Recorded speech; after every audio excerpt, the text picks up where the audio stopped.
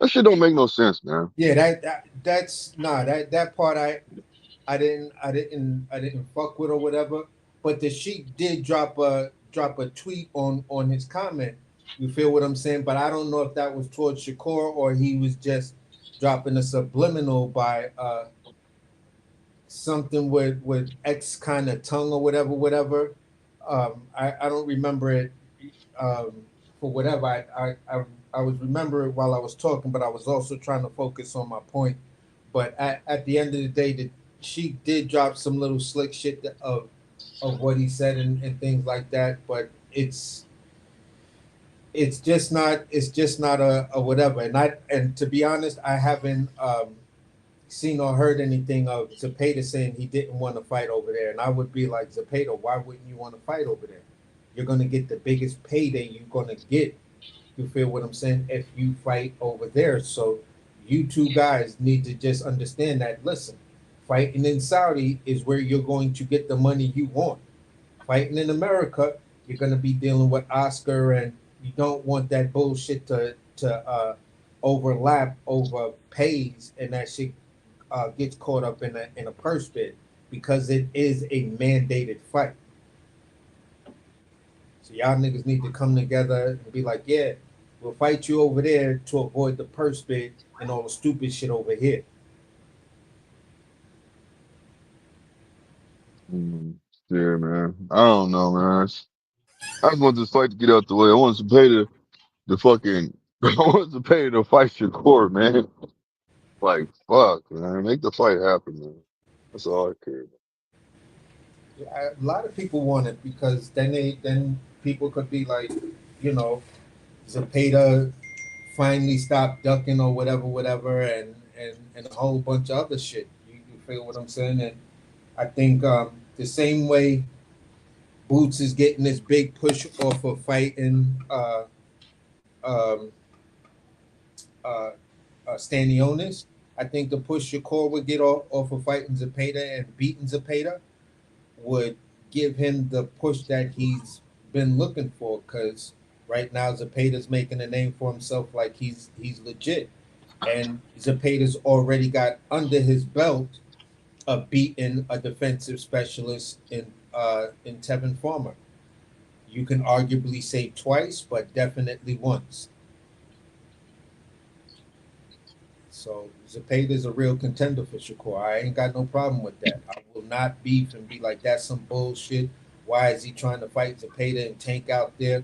I'm like, nah, Zapata's legit. Zapata's legit. He just beat a defensive specialist. You feel what I'm saying? Arguably twice, definitely once.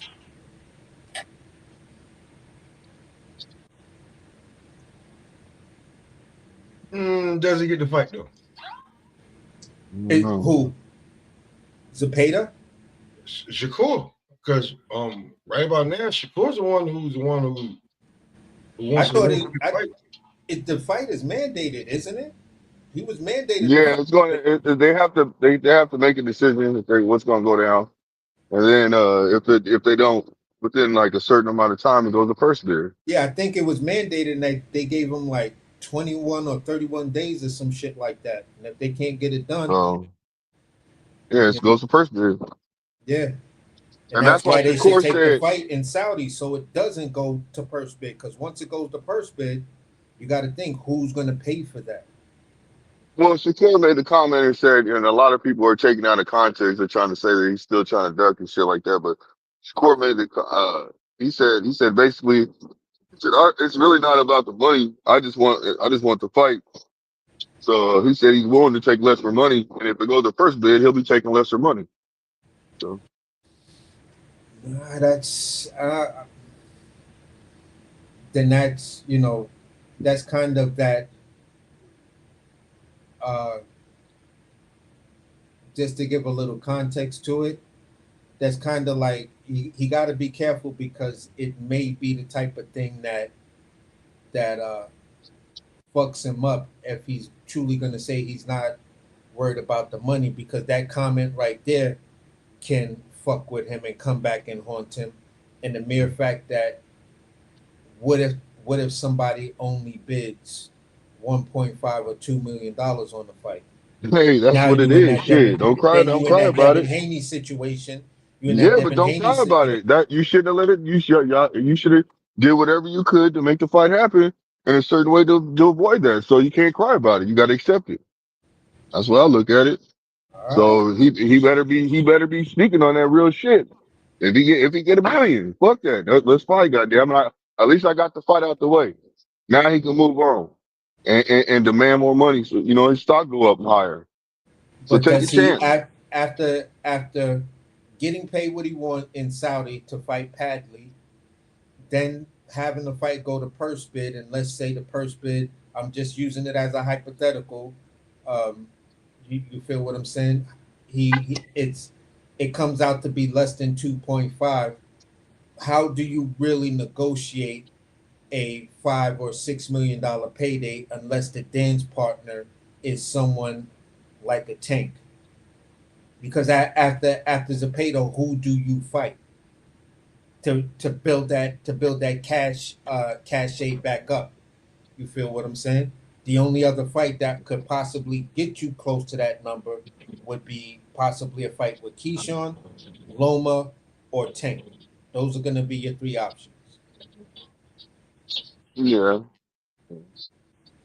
So, you know, trying to renegotiate it and come back in on the Tank, Tank and them may say, you know what, 1.5, bro. Your last joint was what? 1 million. You fucking So up and let that shit go to purse bid. so has Shakur Stevenson painted himself into a corner? To a certain degree, yeah.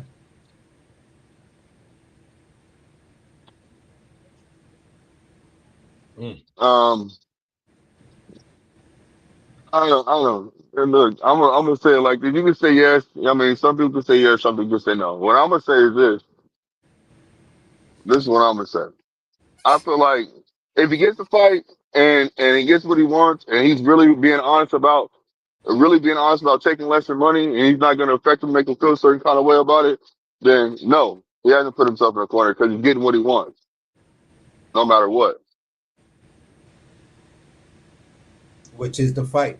So when it comes down to then it, then when you look at it, then he cannot complain and use any money logic if Tank sends him what Tank usually sends people, a 1.5, no more than $2 million uh, guarantee. You feel what I'm saying? Unless you come in with the ability to really sell a fight. So that's that's where he's gonna have to say, all right, what's more important, fighting Tank or the money? How do I bounce back off of this? If I beat Tank, then I'm gonna get whatever money I want. Period. And now I could possibly get that Loma fight when Loma come back, and then shoot up to 140, and I'm gonna have mad leverage. You feel what I'm saying? I'll probably be the only true well, I might be one of the three maybe true multi division champions, or you feel what I'm saying? And I know I'm gonna be the A side to damn near everybody.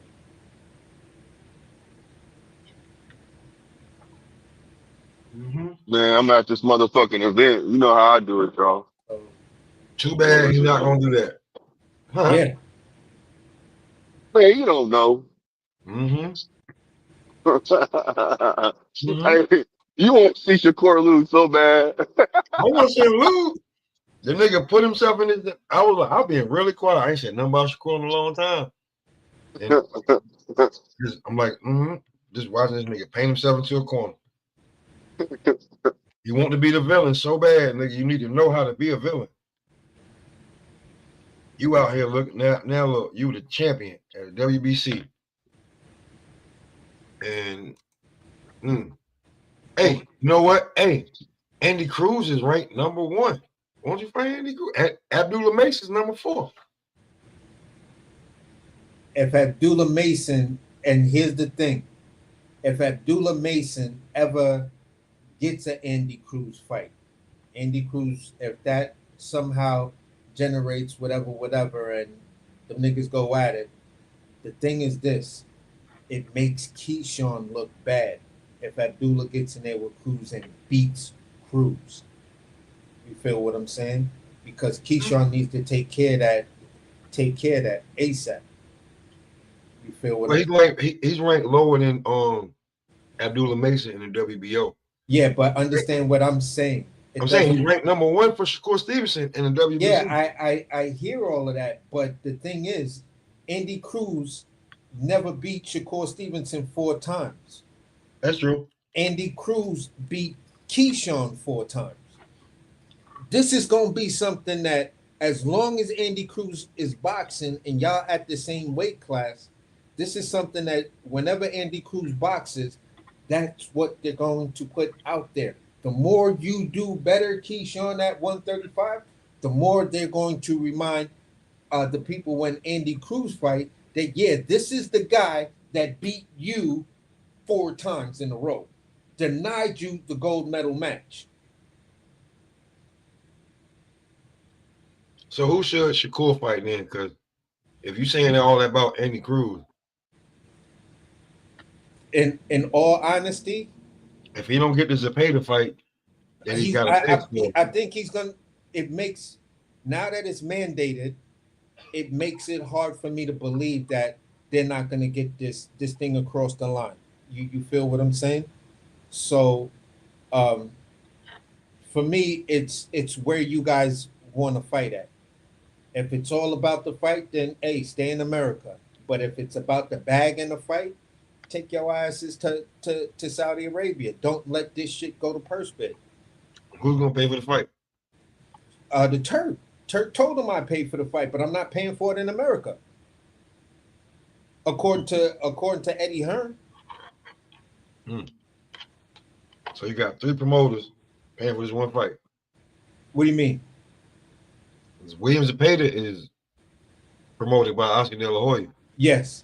Shakur Stevenson is promoted by Matchroom. Yes. And the Turk gonna pay for it, so that's 3 promoters. And you don't want to have it over there. That's why I'm like, bro, that shit makes, why did you do that? That's like pulling the pin on a grenade, throwing the grenade, and then running over the grenade and laying on it. Like, that made no sense.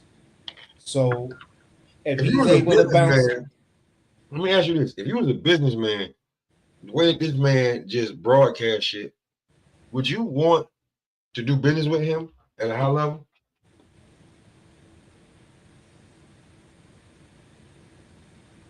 I would just tell him like this: everybody's allowed one fuck up with me.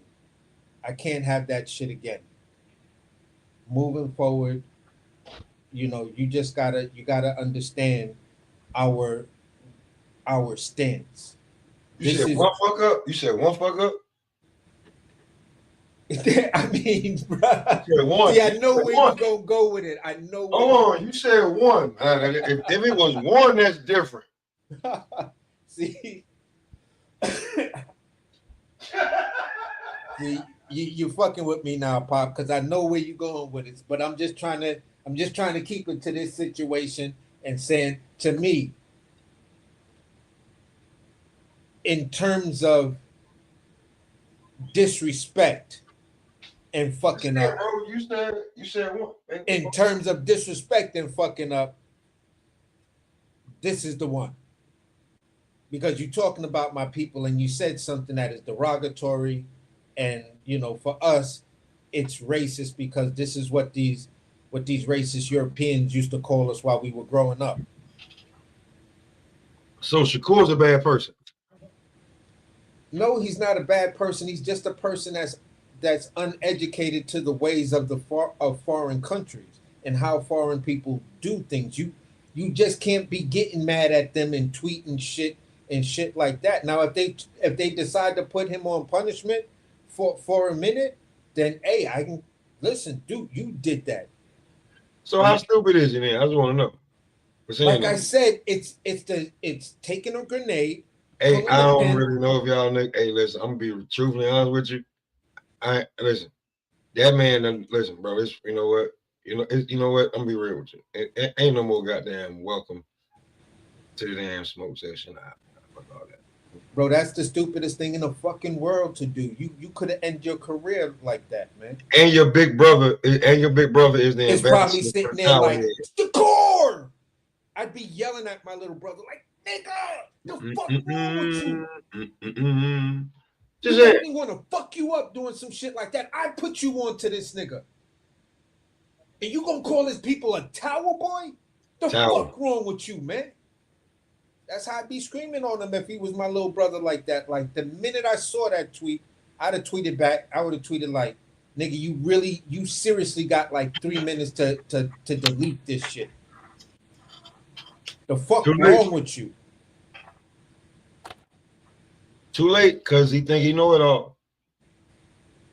It's too late to apologize. And sometimes, you know, when Too you got a little brother, late. sometimes when you the big bro to a little brother, you gotta lump your little brother up because it's like, yeah, you feel what I'm saying? I can't have you doing stupid shit like this, nigga. It's too late. Like yo, that He already did it. yeah, He did it. yeah. So I listen, you already did it. So if the church decide to put you on punishment and say, you know what, you're not having that fight in Saudi Arabia neither, because it might have been the main card, and we, you know, blah blah blah, did you good, and put all the effort of what we do with the Riyadh season and the Japanese race tour and shit like that. Nah, we're not gonna put that cinematology into your promos and shit like that. Go fight that fight with De La Hoya and them. See how Oscar treats you. See how Oscar treats your black ass. Because you think you're Puerto Rican. What you thinking? It's too late to apologize to Bob. It's too late. Yeah, that 5 fight deal is That like, 5 fight deal looking real fucking good right yo, now. that shit is maturing like you know, fucking dry age 45 wagyu, A-class wagyu beef with truffles and matsutake mushrooms and shit like that, bro. Like Splash Brothers, Bill, Steph and Clay Thompson on your ass. So, you know what I'm saying? for real. Pop All could right. take it to the hole and I just be on the outside dropping They're just hitting threes. the 3. You know what I'm saying? So, all right, cool. All right. So here we go, right? Tank Davis, right? Everybody went to talk this shit. Tank took a knee, grease in his eye, braids, all that, right? All right, cool. I don't prove none of that shit. But I spoke to a couple of people who know boxing and know shit like that. I said Tank he been in camp with Coach Mustafa, and a whole lot of shit changed. So when it comes to Tank and Lamont Roach, when they fighting? May at next month. Next month in January or May or January, right? Yeah, some shit like that. So they got a date. I thought I saw a date, Mr. but I Mayor, don't Joe, remember. January and pass. Drunk ass. I'm just saying they got a date, right? No, you said Mayor January though, fam. Come I on said now. my fault. May or June, my fault. May or June, my fault. Nigga, stop being a Pisces, motherfucker.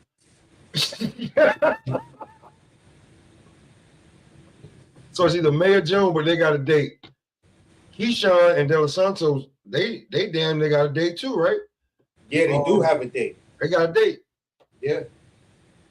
I get Lomachenko get special treatment because Lomachenko, and Shakur think he deserves special treatment because of his resume, but Shakur don't got a date or a fighter, do he? Nah, they still got to negotiate that as a pay to fight. And if you can't fight Zepeda, who do you fight?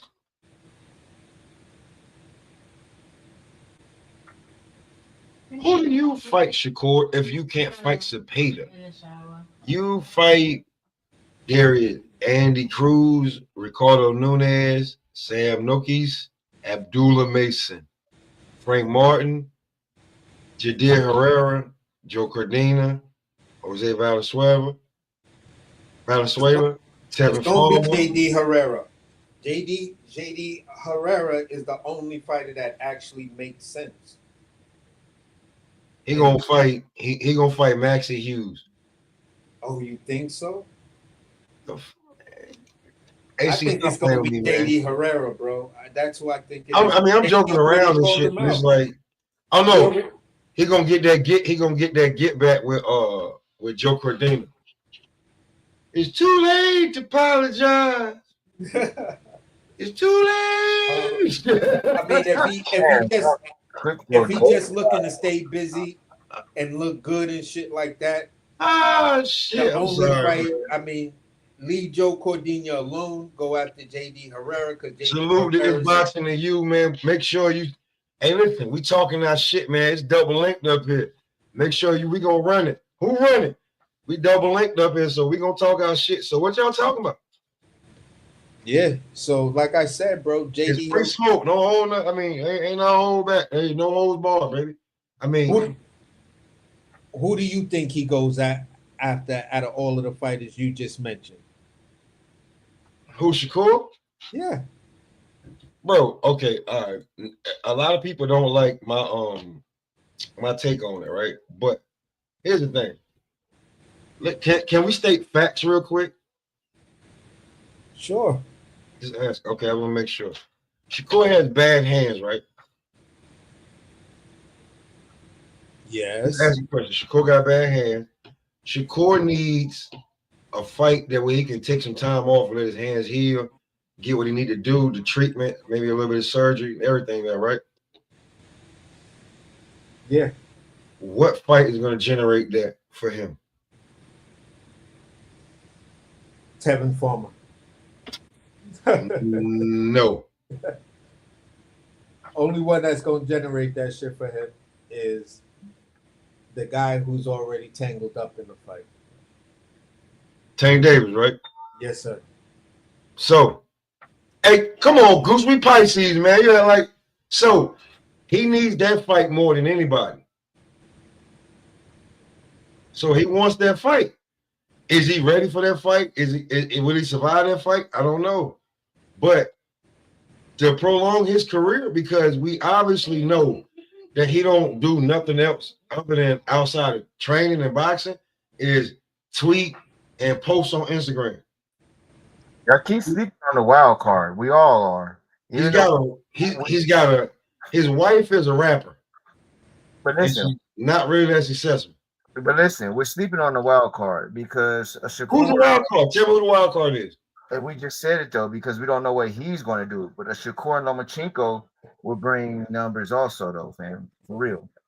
A Tech and Lomachenko. Lomachenko is the freaking wild card because we don't know what the hell he's going to do. Who you think he gonna fight for the biggest payday? Because we know that's what it is with him right now. He ain't gotta act like it's integrity and all that shit. Biggest payday gonna come between him and Tank. Yo, I'm a pop. I think I'm gonna say this, bro. Mm-hmm. The biggest payday might come from Bob because if Bob could have a Loma run out and out of the Devin Haney and the Shakur Stevensons, you feel what I'm saying? The so-called two best boxers, you feel what I'm saying?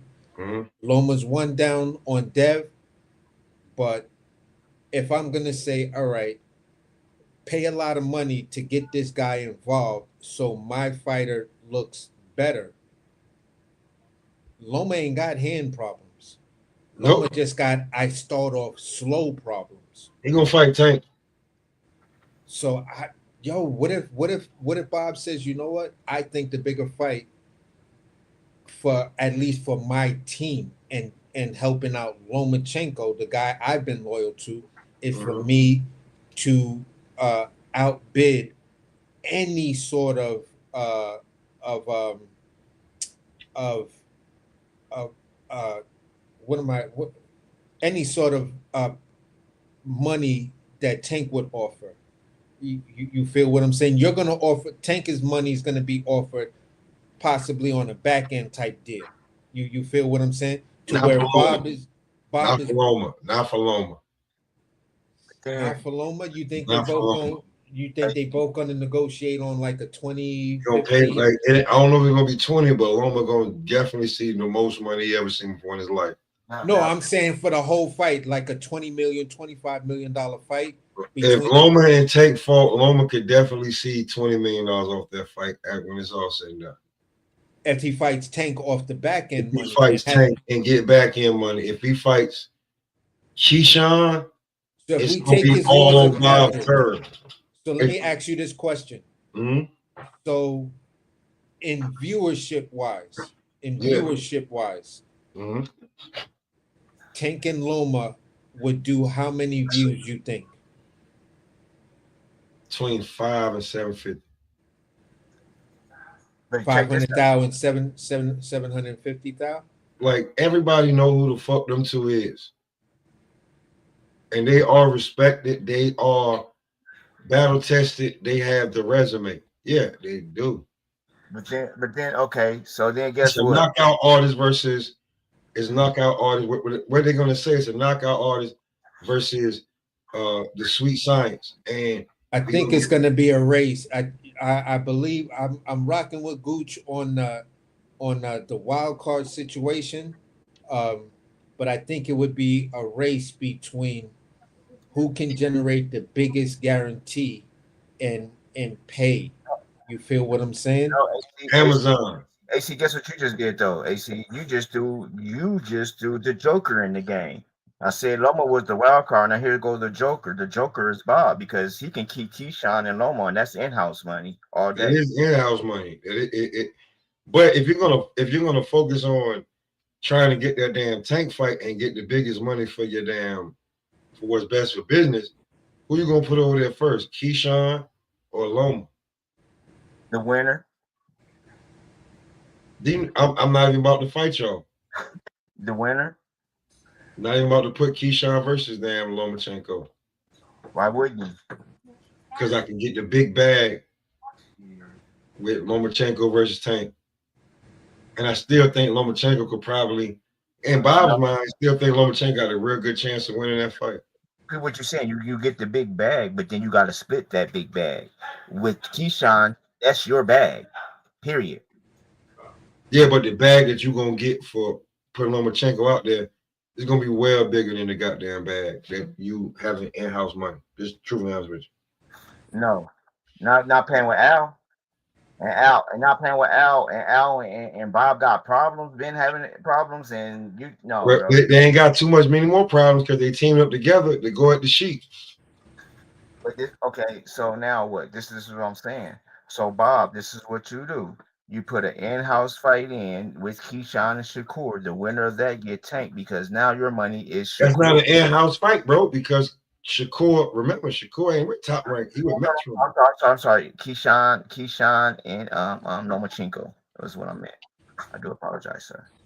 He gonna have to figure something out quick because the lease with Top Rank is leaving. So if he gonna go over to Sky Sports or Sky Sports and Amazon, you're gonna be looking at making some compromises. It ain't just gonna be how you used to because you ain't gonna be on ESPN no more. All I know is Bob has a better Bob will have has better leverage with Lomachenko and Keyshawn than he would with Tank and Lomo.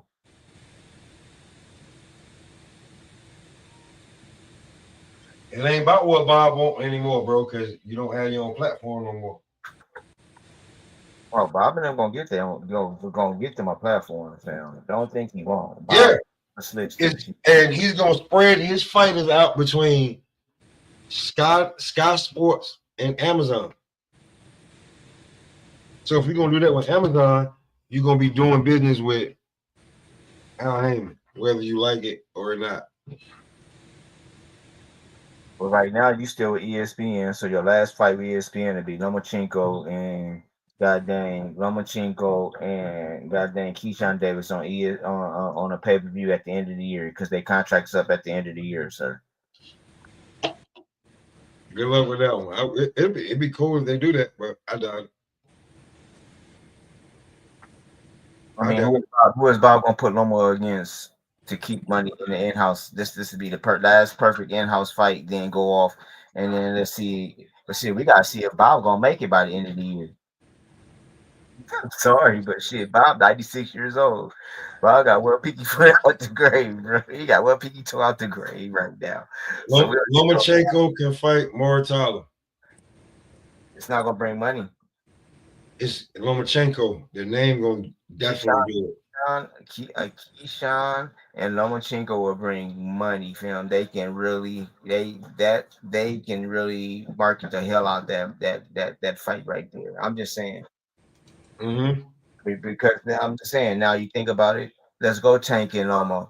You gotta split the marketing, you gotta split so much money to where you got two champions in your house. You can just go bam, let's let them fight. Fuck it. Mm-hmm. We're not gonna do Terrence Crawford Pacquiao again. Why not?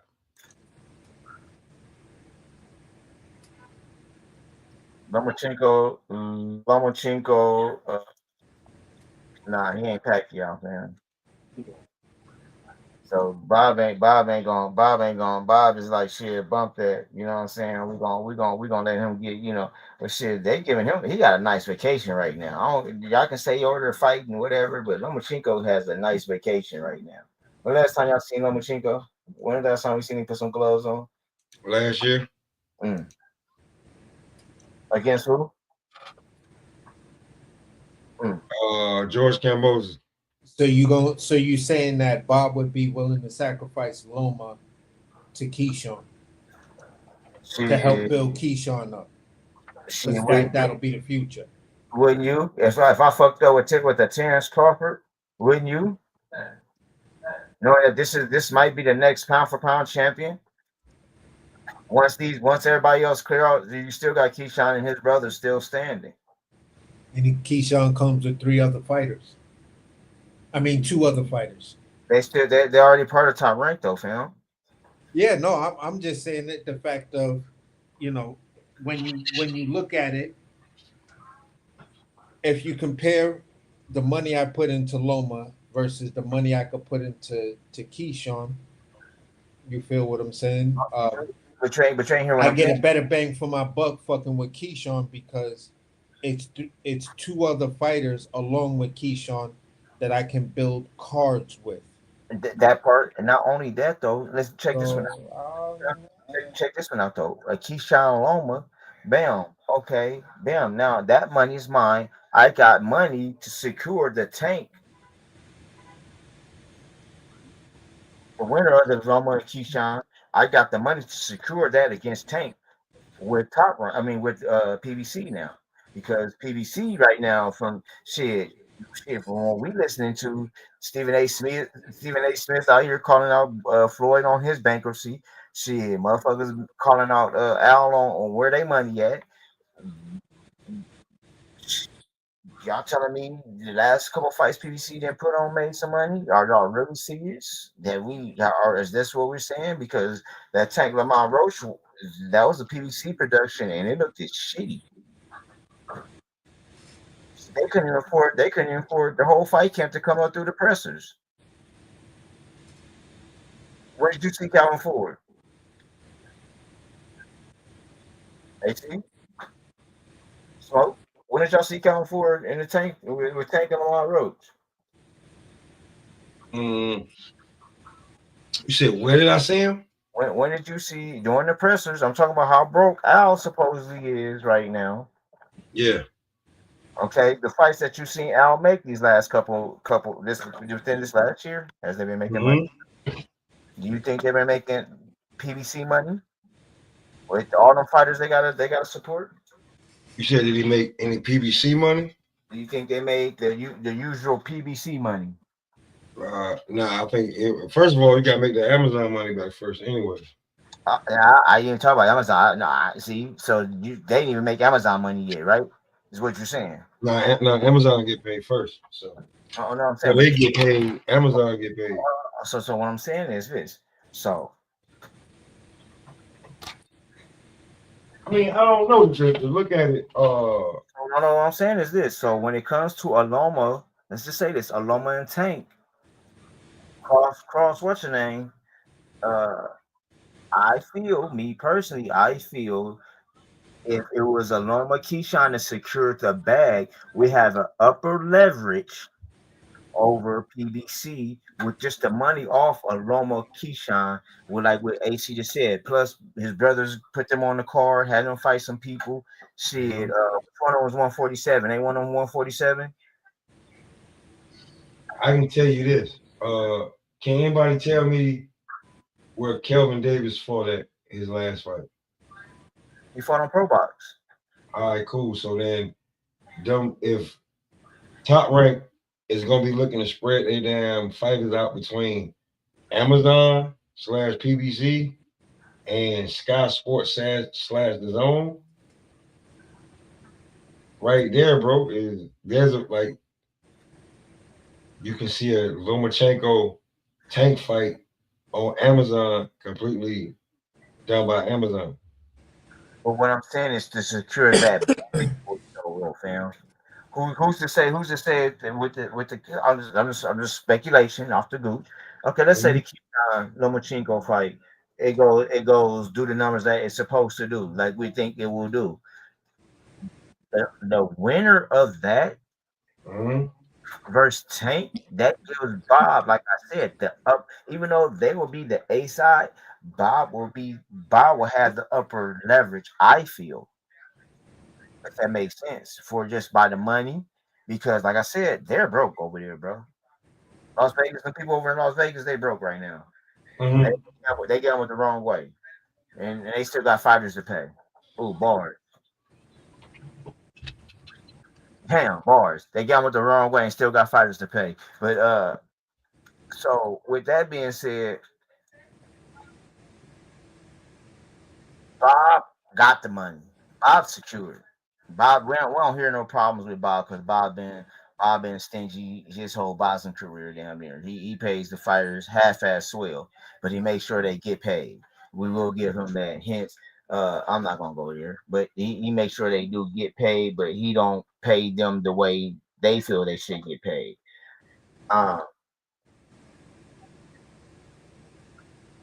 like I said, a Lomachenko, Keyshawn, since they're at top rank together, would be a fight easier to make than I feel a Tank versus a Lomo or a Tank versus a Keyshawn, just due to the cross promotions, cross marketing, the money splits, and all that. Keyshawn Lomo's in house. We can do it in New York. Boom, Madison Square Garden. Keyshawn's loved up that way. Here we go. Let's make this money. Um, I'm saying, I don't see like AC said earlier. He got the brothers to put on the undercard. What do we got? What PBC bringing to the table besides just Tank? Who they bringing on the undercard? Hello, what am I by myself? Is boxing to you now? What you say again? Hold on, nigga. I stepped away. Oh, Everybody. okay. I thought we turned to from Murderous to his boxing you, and the pastor was about to start preaching. Go ahead. No, I'm just asking. My question is right now: who is with the Tank and Lomo? Who are Mhm. we bringing? Who is PBC bringing to the undercard? Uh, Because with what's your name? You know what I'm saying? With Top Rank, they can put some shit together. But cross promoting, who, how we doing this? yeah. They definitely gonna cross promote with Top Rank and PBC. See, Maybe we see Frank Martin pop back up at either one at 140. I mean, like what you saying? Like on an undercard, like Top Rank and PBC can definitely put some damn fights together that you would like. all day. It's not acting like that, Gooch. Just the guy was good.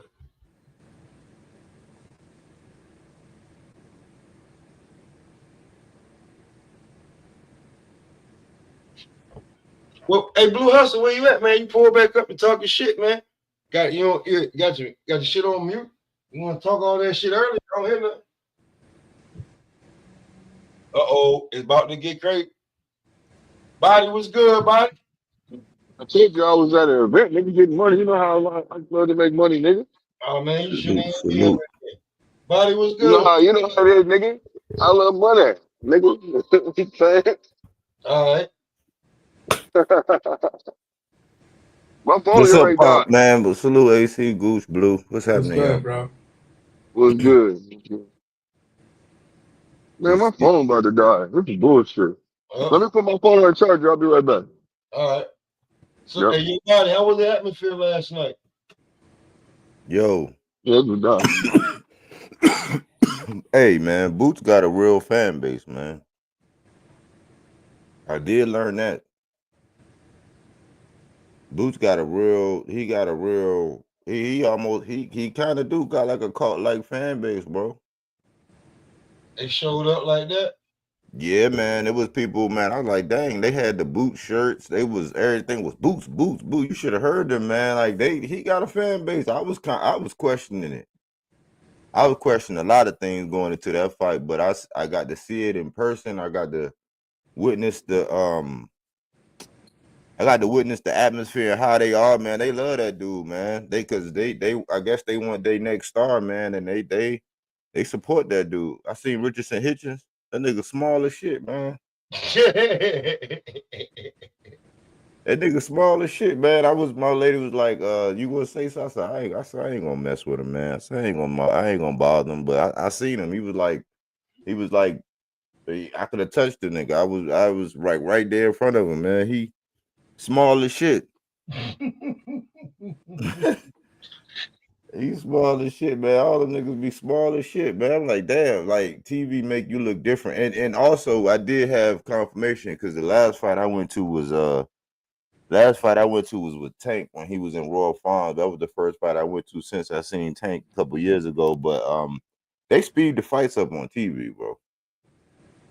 Yeah, I don't know what it is. It's like point something, but the fights are sped up on TV, bro. yeah, that's true. Somehow. It's like it's not much, but it's definitely sped up.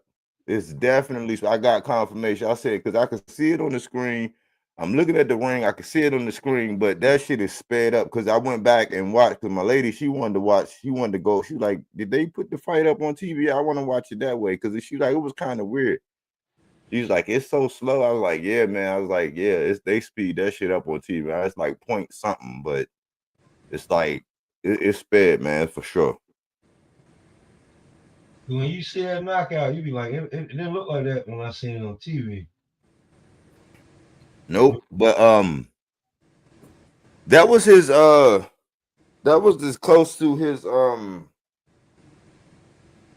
that was as close to his coming out party as you probably gonna get, man. And I'm happy for him. I'm happy for him because he did exactly what he was supposed to do. And it's one of them things almost like how, with the exception of Dev stopping the dude, it was like Dev Cambosis. It was like that was his Cambosis.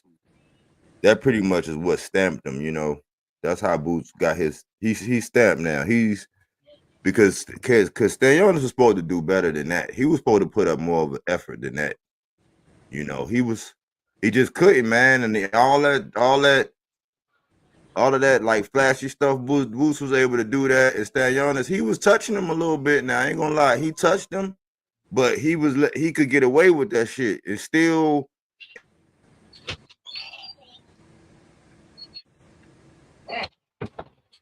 You went out there, body. What you was saying? Giannis couldn't hit him. Okay. It kind of felt like to me when I was looking at it, like, with you, honest with you, standing on was he ain't having a pack like Boots was just like with no rehydration clause from the IBF. It's gonna be a problem for everybody at 147, bro. But this another thing. Against Stan Giannis, his Boots' feet It probably didn't look like it, but it was better than expected for Stanionis. You know why? Because Stanionis, most of the time, he's able to get people to be able to stand like right there in place, because the way he throw his body shots and the way he coming, it's like you kind of got to brace yourself or be there, or it did make your move. Boots was able to keep moving to where Stanionis couldn't get that leverage that he need, but still be able to touch him. You know what I'm saying? Boots could touch him and move, and then Stanionis got to reset and regroup and move his feet again, and then Boots would pop. Like, he strategically, that was great. Now, Boots got away with some shit he ain't gonna be able to get away with a lot of people, as far as all the tricky and the flashy shit. But like, as far as not letting Stanionis be set to throw his punches, he did that great, because he never let him get set. He never really, I mean, he teed off a couple times, and then Boots was like, "Oh shit, let me get out of here." He got out of there and poop, pop. My lady said Boots hit him with that thunderbolt.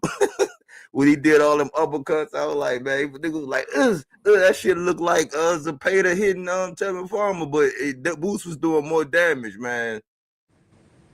He was just too much, man. His speed, his feet, his reach. Stanionis was like a fish out of water in that fight. I expected a lot more from Stanionis, I ain't gonna lie.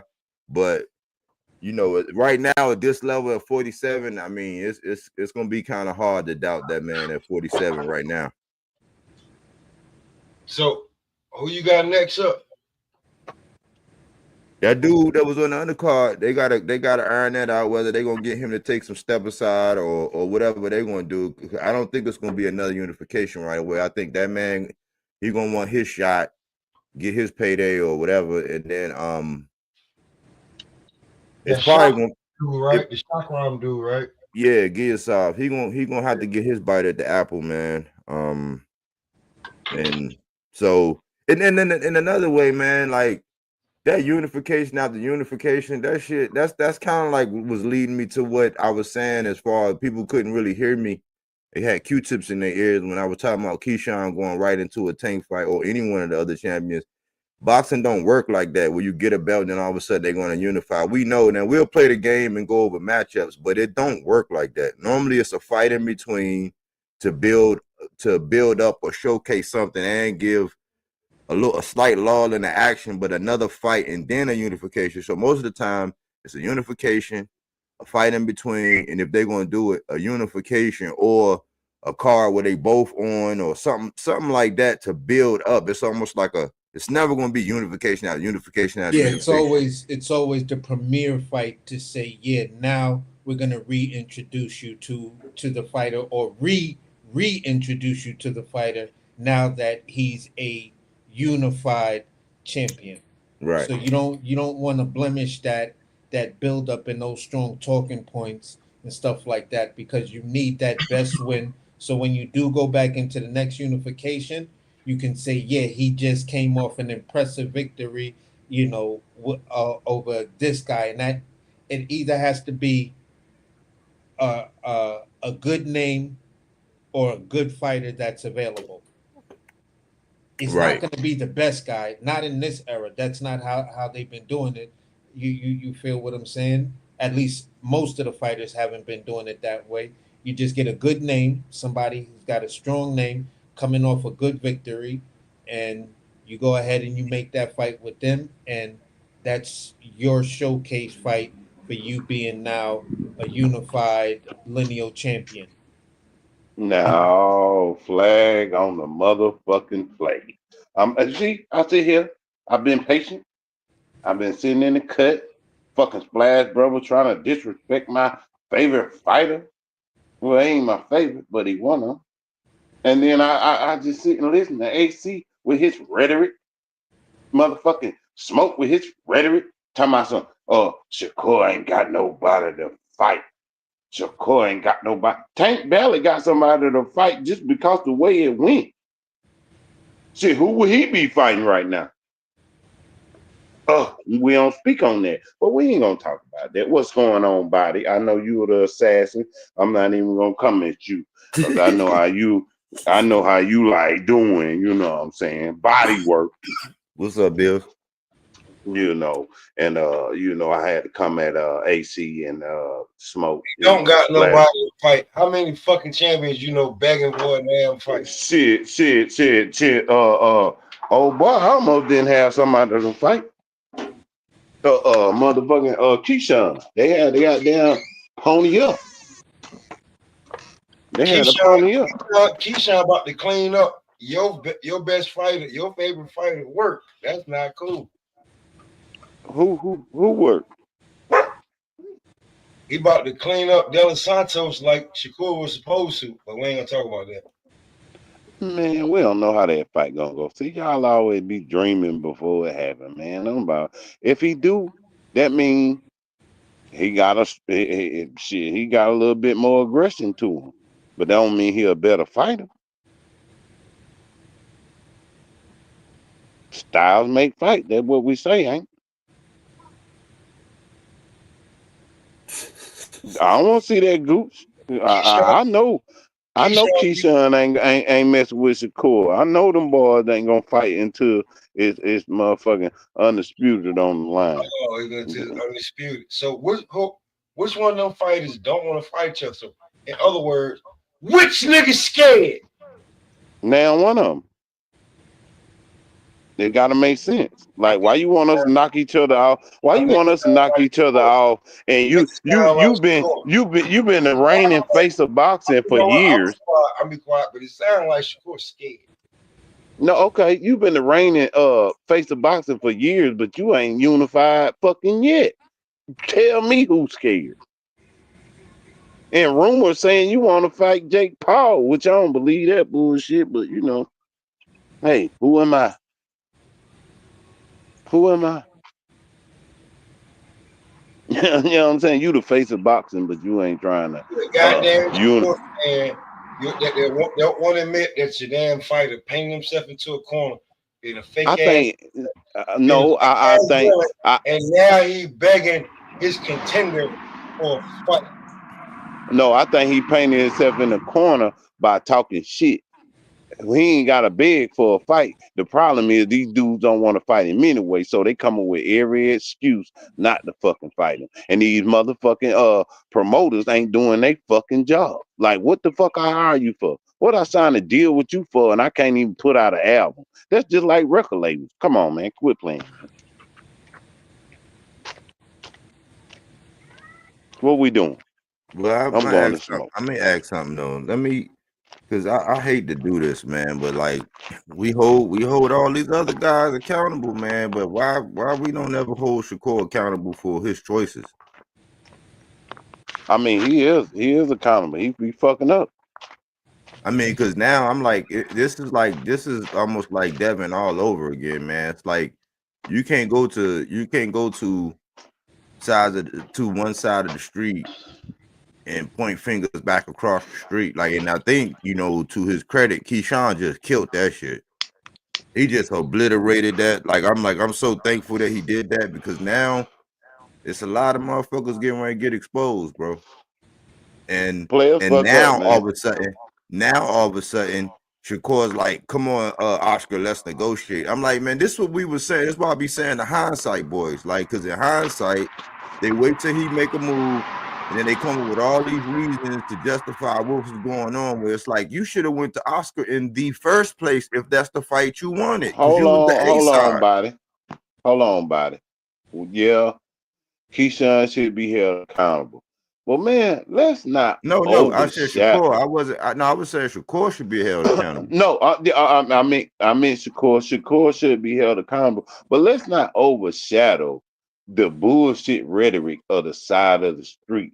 It's cool to be on the side of the street if it's certain fighters that's fighting each other, but when it's prime time fighters, it only a problem with the side of the street. When it's prime time, money makers could be money makers.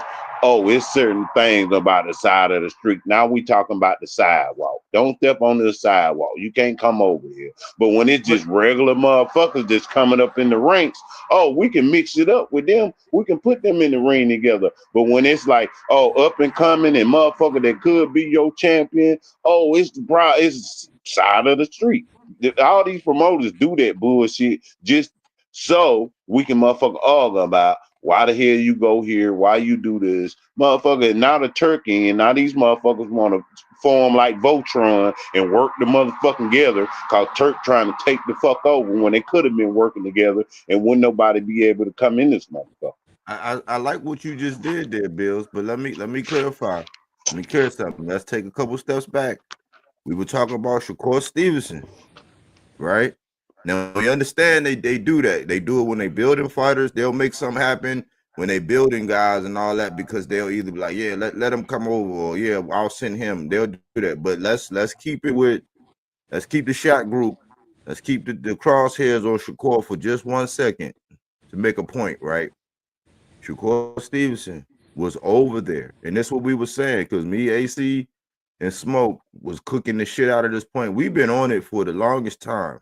But we said, because we had a show where we said, do y'all think Shakur is at his point, his takeoff point? Like he done got the accolades, he done got the divisions, he done stamped himself as far as legacy wise, he got all the fruit salad, right? But is he ready to take off and do his own thing or start grabbing his shit by the, grabbing hold of it and making these? And we were saying, not quite. We thought that the deal, we were saying it in real time. A lot of hindsight people are saying, man, that top rank deal looked more and more like the play. But think about it. Tank was the only one at PBC. You don't go to PBC to get that. So to go somewhere else and then expect Tank, who has a contract or whatever agreement he got over there where he had as the money guy, to ask him go anywhere else is insane, especially when you don't got no leverage. So that's the Tank piece. You had Loma on that side, and at the time, Baranchek had that. This is before Keyshawn took it from him. But you had the other two over there, and you had one. You go over to Matchroom and say, don't even try to make a Tank fight, Eddie. We're gonna fight Zepeda. Zepeda was over there with Golden Boy.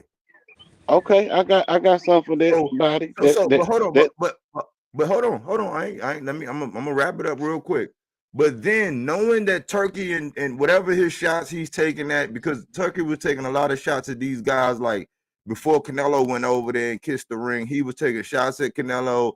He was taking shots at a lot of these guys, and knowing that Turkey was taking shots at Tank, and the whole rhetoric was, oh, nobody want to fight me. Nobody want to fight me. You went over there without a plan, brother. Let's just think about it. You went over there without a plan, thinking that your stardom or the fact that Eddie can promote was going to be able to promote you into these fights. But like he said, you are not going to paint yourself in a corner.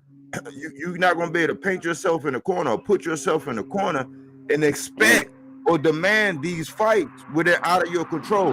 Now you want to go back to Eddie where you should have went to the first place. You don't go to a middleman.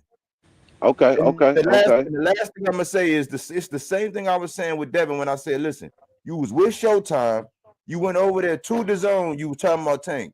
You went over there to Top Rank, you were talking about Tank. Then you go over to Golden Boy, you still talking about Tank. It wasn't last maybe a year he off the Tank because of the Ryan fiasco. But you don't go to a middleman to make something happen when you can go straight to the plug.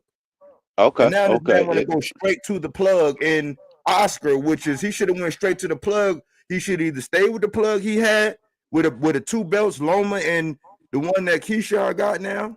He should have either stayed over there because he had a straight plug. He should have went to the plug with PBC or went to the plug with Oscar, and he would have got those fights. And it's only relevant if Keyshawn capitalized on what Shakur didn't do. If Keyshawn get Loma, then we'll see motherfucker Shakur, you fucked up. But until then, it's the same shit. These promoters are full of shit, and they gonna keep playing the motherfucking fans like a fucking fiddle and not putting motherfuckers in the ring. It shouldn't be that hard for y'all to collaborate. That means you take half, I take half. We promote this fight, we all make money. But the problem is, oh, you only made $1 million last fight, so I'm gonna send you a contract for 1.5. You should take it. Well, this fight with me and you gonna be. I should get 5. You should get 15. Since you tank, you the man. Shit, let's do it like that. Instead of you trying to throw me 1.5 and you end up with 20, and then subtract the 33%, so you end up with motherfucking 12. But you telling the world you got 20.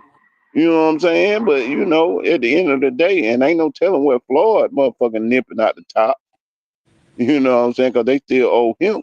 But yeah, I understand what you're saying, Shakur. And I fucked up. He trying to make moves on his own, but this is a young fighter trying to motherfucker promote himself and do what he got to do. But we can't motherfucker overshadow that these motherfucker promoters are playing these fighters like shit. They getting in the ring. But Yeah, they Shakur, he are. not. They are. All the promoters got their little stuff, but it's to their vested interest. Whatever they're gonna cater to their vested interest. Like whatever Eddie do, he gonna cater to the guys that it's just Eddie be having stuff in house. Like Eddie have Andy Cruz right there. Like But he if had you kind of feel, been at 47 for a big fight for Boots right there, and we can't. Nobody says, oh, why they not fighting? They on the same level. It's all what has they done or now man this motherfucker Conor Ben getting ready to go up there and get the break speed off of him, man. Like and it don't make sense because you had Boots and Conor Ben right there. That's a big fight. it's all about who It gonna was a big win. It's all about who gonna win. It's all about who gonna win. If Eddie Hearn feel like Shakur gonna do this or Boots gonna do this, he gonna jump to the motherfucking fight. The thing is, these promoters don't believe in it, be believing in these fighters, so they gonna sell it whichever way they can. But if they believe a motherfucker gonna get a dub, this fight finna be made. So if he ain't believe that motherfucking Boots was gonna beat Conor Ben, he was like, I don't know. Shit, he gonna motherfucking separate them motherfuckers. Let me go ahead and make money off both of them. But okay, and see, that's my point. That's my point, though. We give exception to some promoters in the move they make, but then other promoters, we be ready to step on their fucking necks. It's like it ain't no pressure in situations like that, like with Eddie. It didn't make no sense. It's like, well, it ain't no pressure. Like, oh, well, he want to build both of them. It's like that's cool when Eddie do it, but when other guys do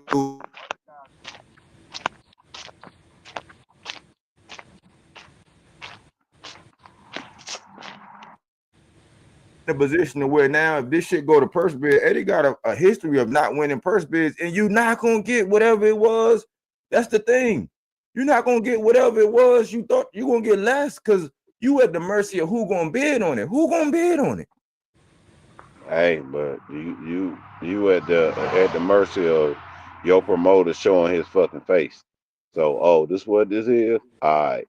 What I got? 2 more fights with you? Cool. I'll But fight look, some bums. it's just, but Bills, this the point. It wasn't wise to allow it to even get to this point if you should call why because we already see where Turkey was bailing Eddie out with the money because that's why everybody was going over there. They're gonna get a turkey bag. So if it go to purse bid, if Eddie needed help from Turkey to get the money for whatever for his fighters, you know what I'm saying, to do it, when they go to purse bid, and he lost a purse bid. He just lost that Karen fight. They lost that purse bid, but somehow behind closed doors they worked it out. They That's worked it on out. purpose. You know what I'm That's on saying? So purpose. like it didn't. If money was the goal and the money was the thing, it's like you should have went straight to the plugs and negotiated whatever it was and been forthright with that. But you put yourself on the opposite end of the table, leverage wise. When you put yourself like how Shakur is, like he in a tough spot, man. Like he's just in a tough spot as far as He fucked getting up. his He worth. fucked up. He He fucked getting his up. But worth, hey, like getting what he he think he's worth. that's gonna be the problem for the next person he fight. He gonna beat the shit out of him. And salute to the Splash Brothers, the pastor. You know what I'm saying? I don't know who that is. Let me zoom in. Hey man, Pop man, take that bum ass nigga shit. Like Hey, he already name calling, but man. Take but that I'll be shit back. down, Pop man. I'm gonna actually take that shit down, man. The link is out there if the nigga really wants some smoke. But I mean, I'm not gonna be dealing with the name calling, man. You can click the link and you can say whatever you need to say up here. But the nigga just come in and he don't say, nah, you just a casual fanboy. Click the link. Oh, who was up here? Take that shit down, Pop, man, because he just gonna get up here name calling. Like, tell that nigga click the link. Oh man, ain't nobody gonna click the link. He probably who you talking about anyway? Oh, but it's gonna stop. Canelo gonna click the link, fam. No, now that's what it's gonna do it. And oh my gosh, I didn't know y'all was beefing. Y'all beefing? Yeah, I don't know. He just jumped out there. Body work. You a casual fanboy with no substance or nothing. He just. The link is on like was on my channel. He's saying that from Gooch and them. If you want to pull up, drop the link. Oh boy. Let me see. Okay. Can I do it on my show? Or you gotta go over there and drop it? Let me see.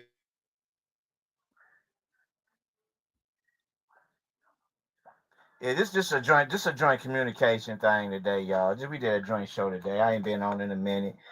I just wanted my people to hear me and I get to talk my shit a little bit. But body work. So do you agree that so I was hearing earlier now I'm doing some granddaddy shit. But so last night you wasn't so much impressed with what Boots did last night. Is that correct? Panel, did I say that? No, I'm just asking. I came. I was in and out, so I didn't hear what all you did say. So I might have came in and took it wrong of what you said. My bad. No, I didn't say I wasn't impressed. Oh, okay, my bad. I said that Boots really showed. I said Boots really showed that he has a true fan base. Like I said, I questioned his fan base. I questioned whether people were just like deflecting from being Arrow fans or deflecting from being Bud fans and you know, just like basically bandwagon. But I said I seen in person that the dude really got a real fan base. And he did what he was supposed to do. I said with him, like he was still doing all that flashy stuff and all that right in the man's face.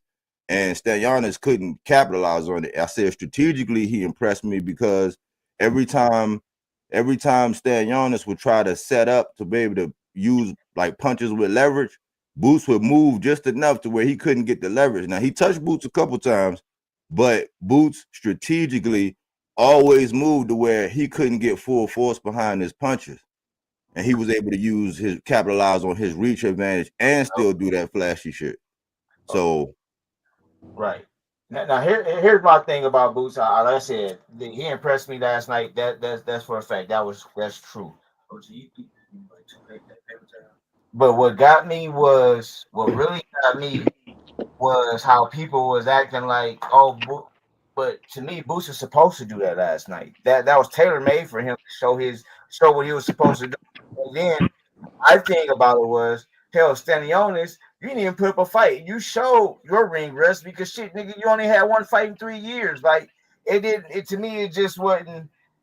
Yeah, Boots did what he was supposed to do. I just want to see him. I just want to see him with a competitor now. See how he fares with a competitor. I would love to see him and Keith Thurman go at it. That's who I would really love to see him fight next. But he ain't got nobody else to fight. That's just me. One love to the panel, one love to the chat, bro.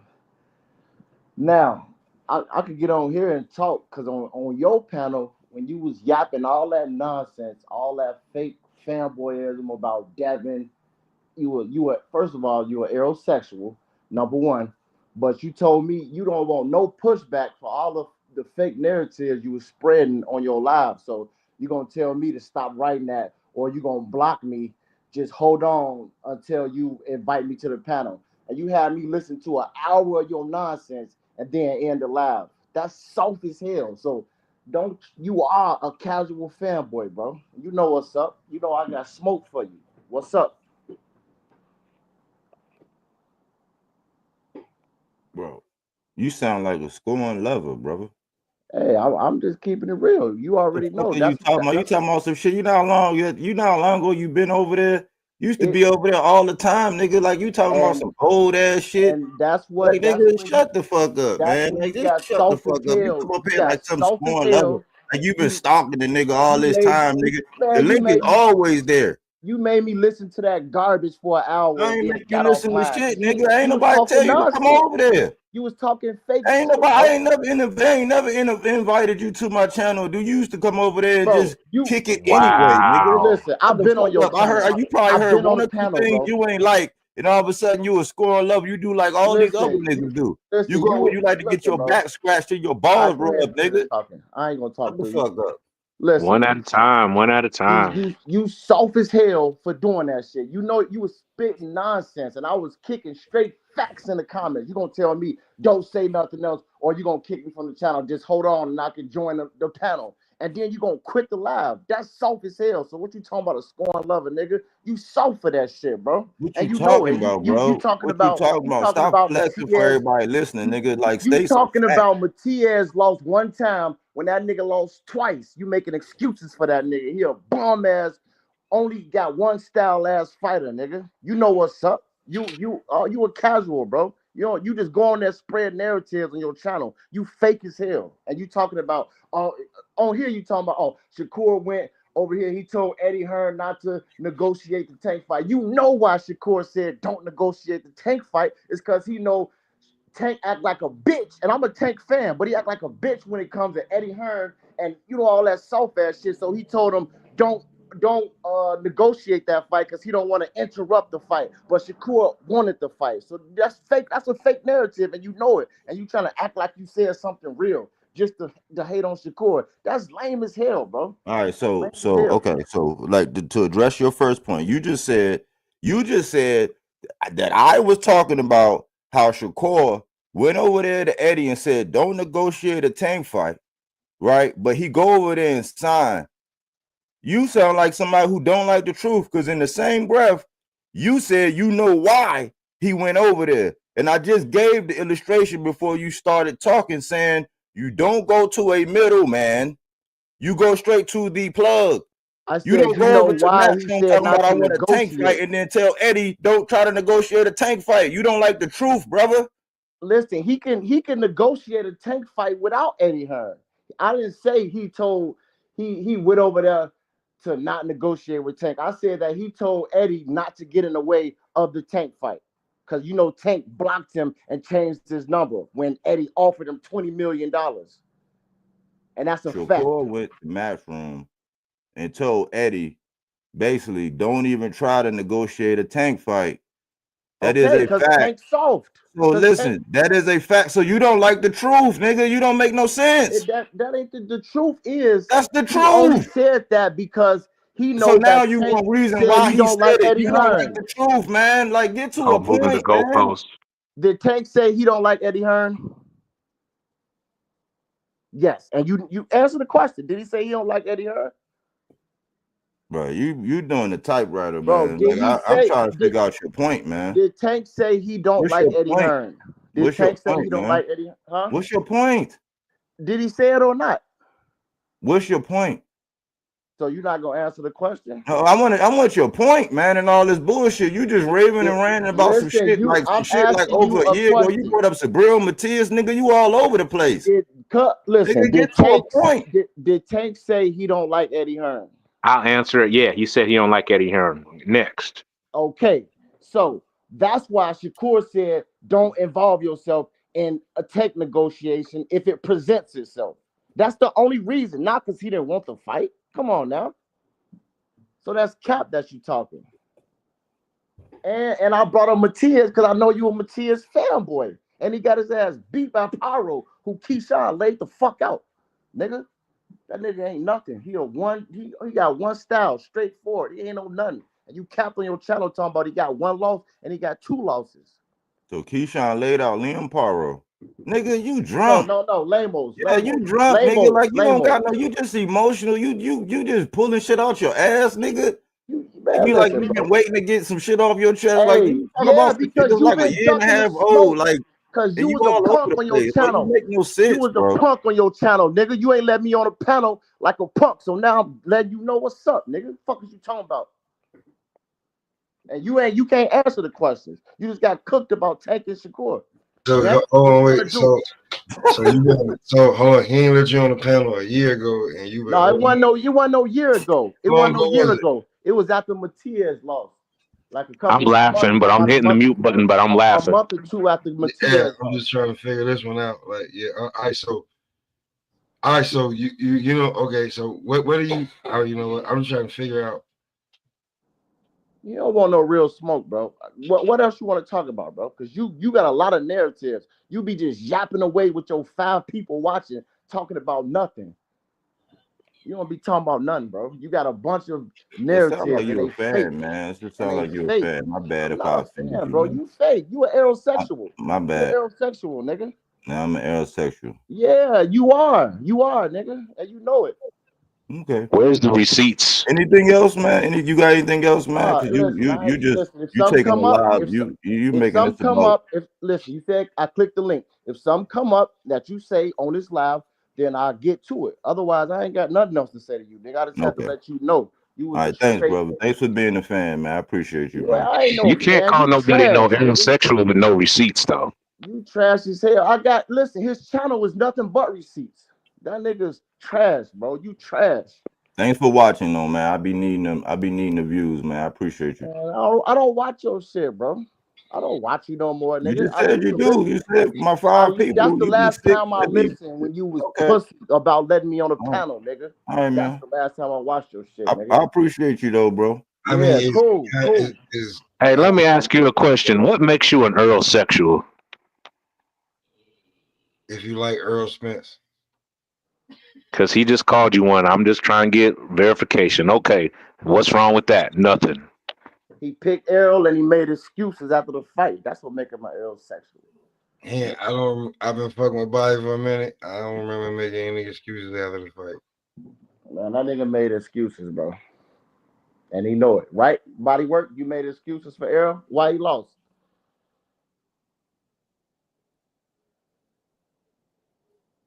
We need to get Exactly. some new talking points. Exactly. Because he know he made Appreciate you, excuses, just the bro. guy, man. Like he trying to make this all about. I don't know, man. He love Listen, attention, I man. asked you a question. I He said, a why did fan, man. Errol He lose? just love attention, man. You got your 5 minutes of Bro, fame, I brother. don't need no Salute, attention, bro. salute, Why did brother. listen? I'm Salute, proving. man. He said, "Why are you an aerosexual?" I said, "I'm asking you, why did Errol lose?" You didn't answer his question. I'm asking you, why did Errol He lose? asked you a question, nigga. You gonna answer the question when you No, tell he me why asked Errol you a lost. question. That was done with you. I said you a fan. You needed some attention. I All let right, you have man. your Cool, five bro. minutes of Cool, fame. bro. You All ain't got right. shit to say.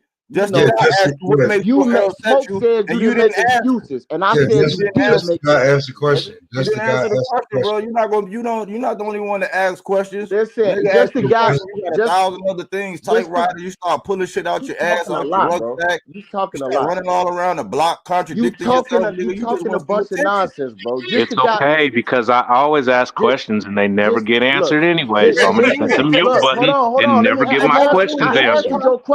answered your question. You said just like Pop Smoke said. He never heard Bodywork make excuses. And you asked me what makes him an aerosexual. I said because he picked Arrow and then he made excuses as to why he lost. So I asked Bodywork, why did Arrow lose? So you can hear the excuses yourself and understand that he It an just Smoke aerosexual. said, long as I know Body, he didn't make no. He said he didn't You make no excuses for Earl. I didn't make no excuses for you Earl. did. You did. Bro, I You heard you on your dummy. channel. Come on, man. It's cool, bro. You know what's up. Anyway, we can move on, bro. Hold on, just the guy wanna answer his question. No, I'm good. I'm good with moving forward. All right, so what y'all want to move forward on? You came up here with you Yeah. want some smoke for Anything besides Earl sexual talk, that's old I news. wanna holler about the Boots fight. Like Boots, he did good. He did all right. He got hit with a lot of lefts again though, and that seems to be a problem with Boots is getting hit. He got hit with some rights too, but that left kept catching him. You know what I'm saying? So I feel like that'll be a problem for him, like against a good fighter. Even Ryan Garcia, that'll be a good fight because that left definitely gonna catch Boots. You know what I'm saying? But Boots did what he's supposed to do. But I don't like how he trying to avoid the Brian Norman fight, talking about yeah, we offered him. What if I offered him 2 million? Would y'all take the fight? You didn't offer him 2 million, nigga. He wanted 2 million, but you didn't offer it to him. You know what I'm saying? Like just up there lying and shit. just to trying to avoid the fight and make himself look like he actually offered him 2 million when you didn't. You know what I'm saying? That was fake. So I feel like him and Eddie, like they not trying to really fight Brian Norman Jr. But that's my opinion.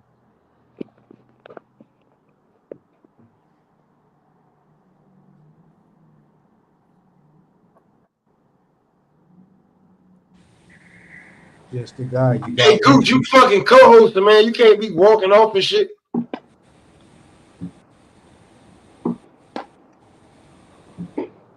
Go ahead, AC. What you about to say?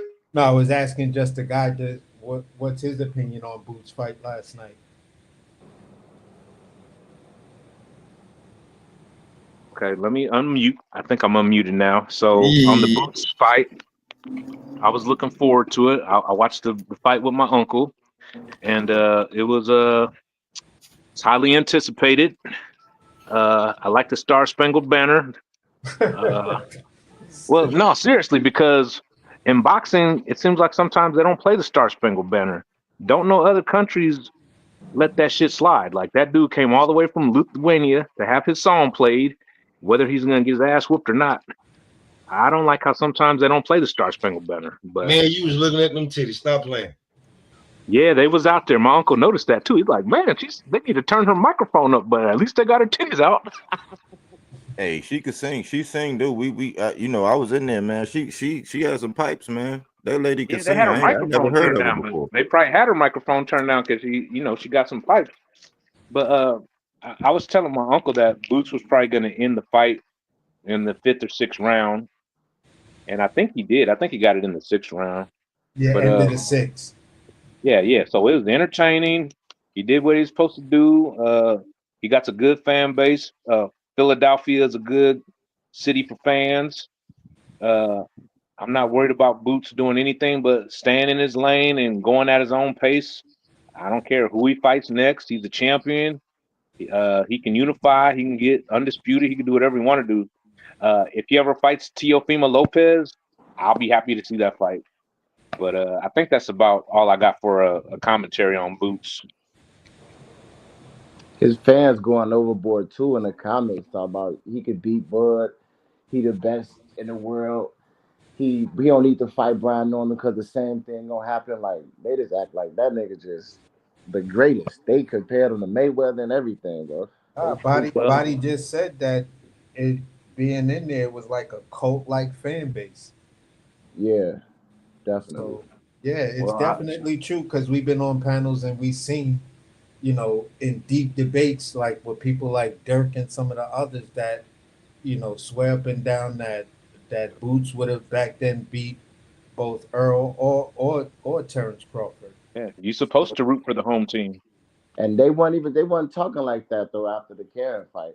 But they just act No. like this Stanley Otis win is just the greatest ever. Like that nigga was only 15-0, 9 KOs. He never fought nobody really. You know what I'm saying? It was a good fight, Nah, but I'm he gonna keep never it a fought beam, man. nobody. My beef is with Stanley on this because I don't like all that shit you talk. You tried to sell narratives that Boots didn't want to see you, and you get in there, and you know Walk forward. whatever it is, you feel what I'm saying?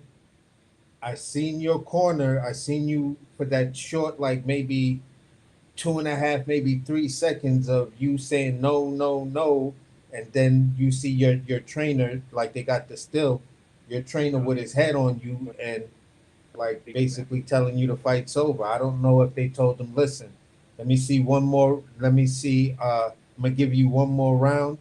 If I'm Yeah. not seeing any improvements because you're letting this fight get away from you, you feel what I'm saying? If I'm not seeing it, I'm gonna stop it. It's you're just not ready. Don't take the ass whipping. You're just not ready. If it was on some shit like that, I ain't got no problem with it.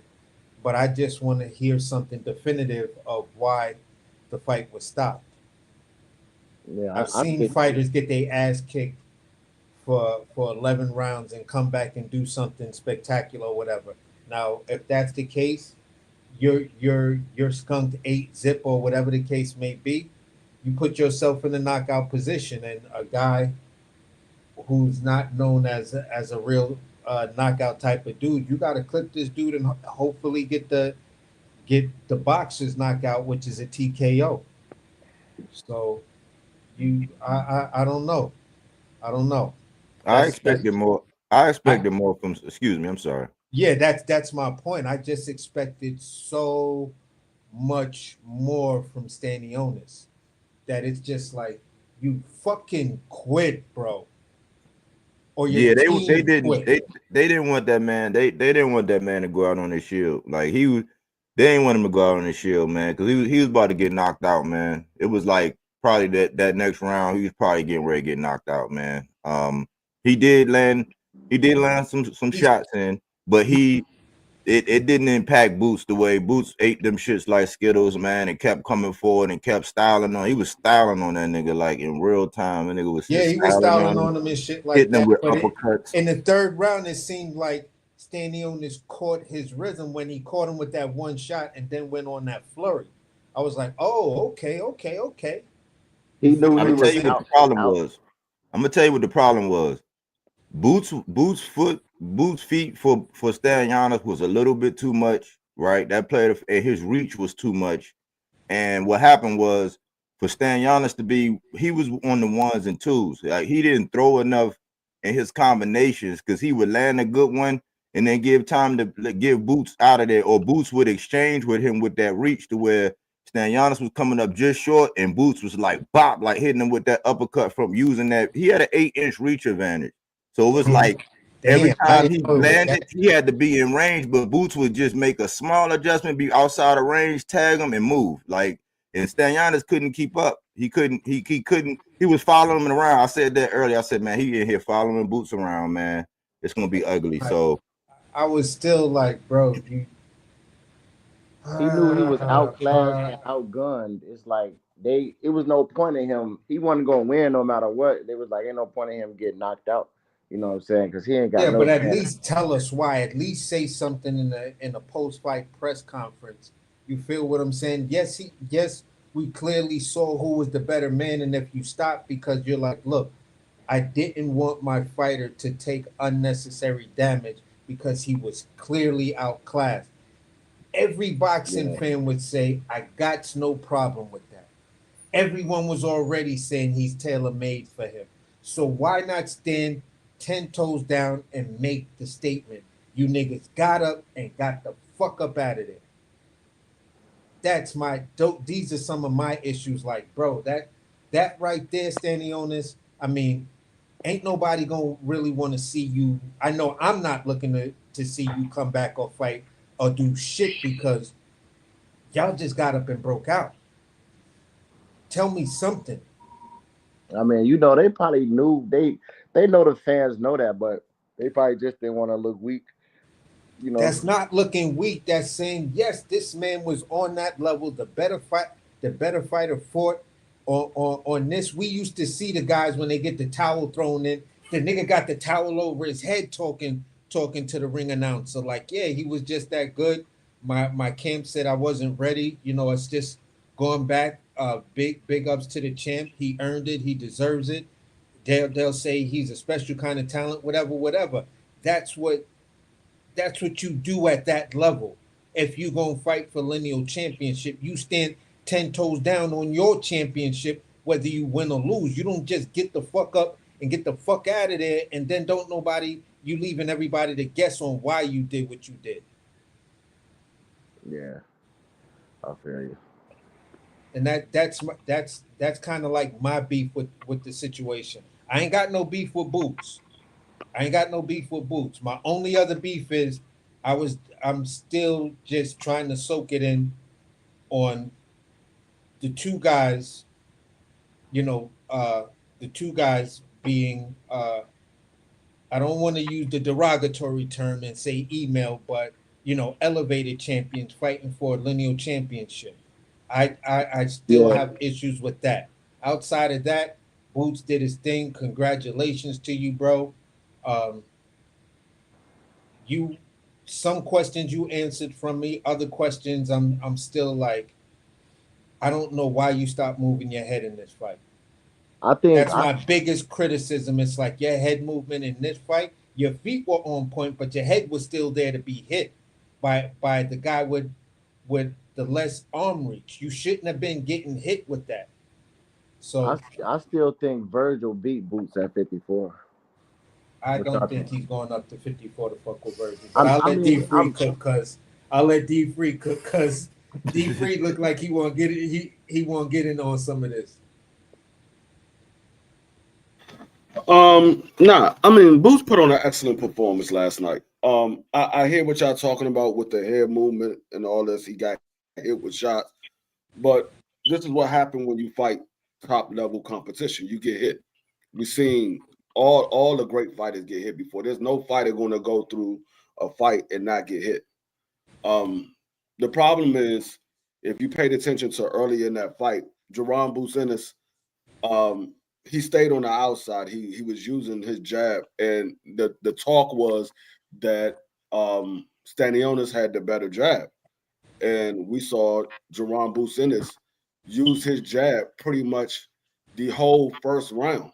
He just jabbed that man pretty much the whole first round. He threw a couple of other shots here and there, and then I think it was somewhere in the middle of the second round, Stanionis hit Jerron with a body shot.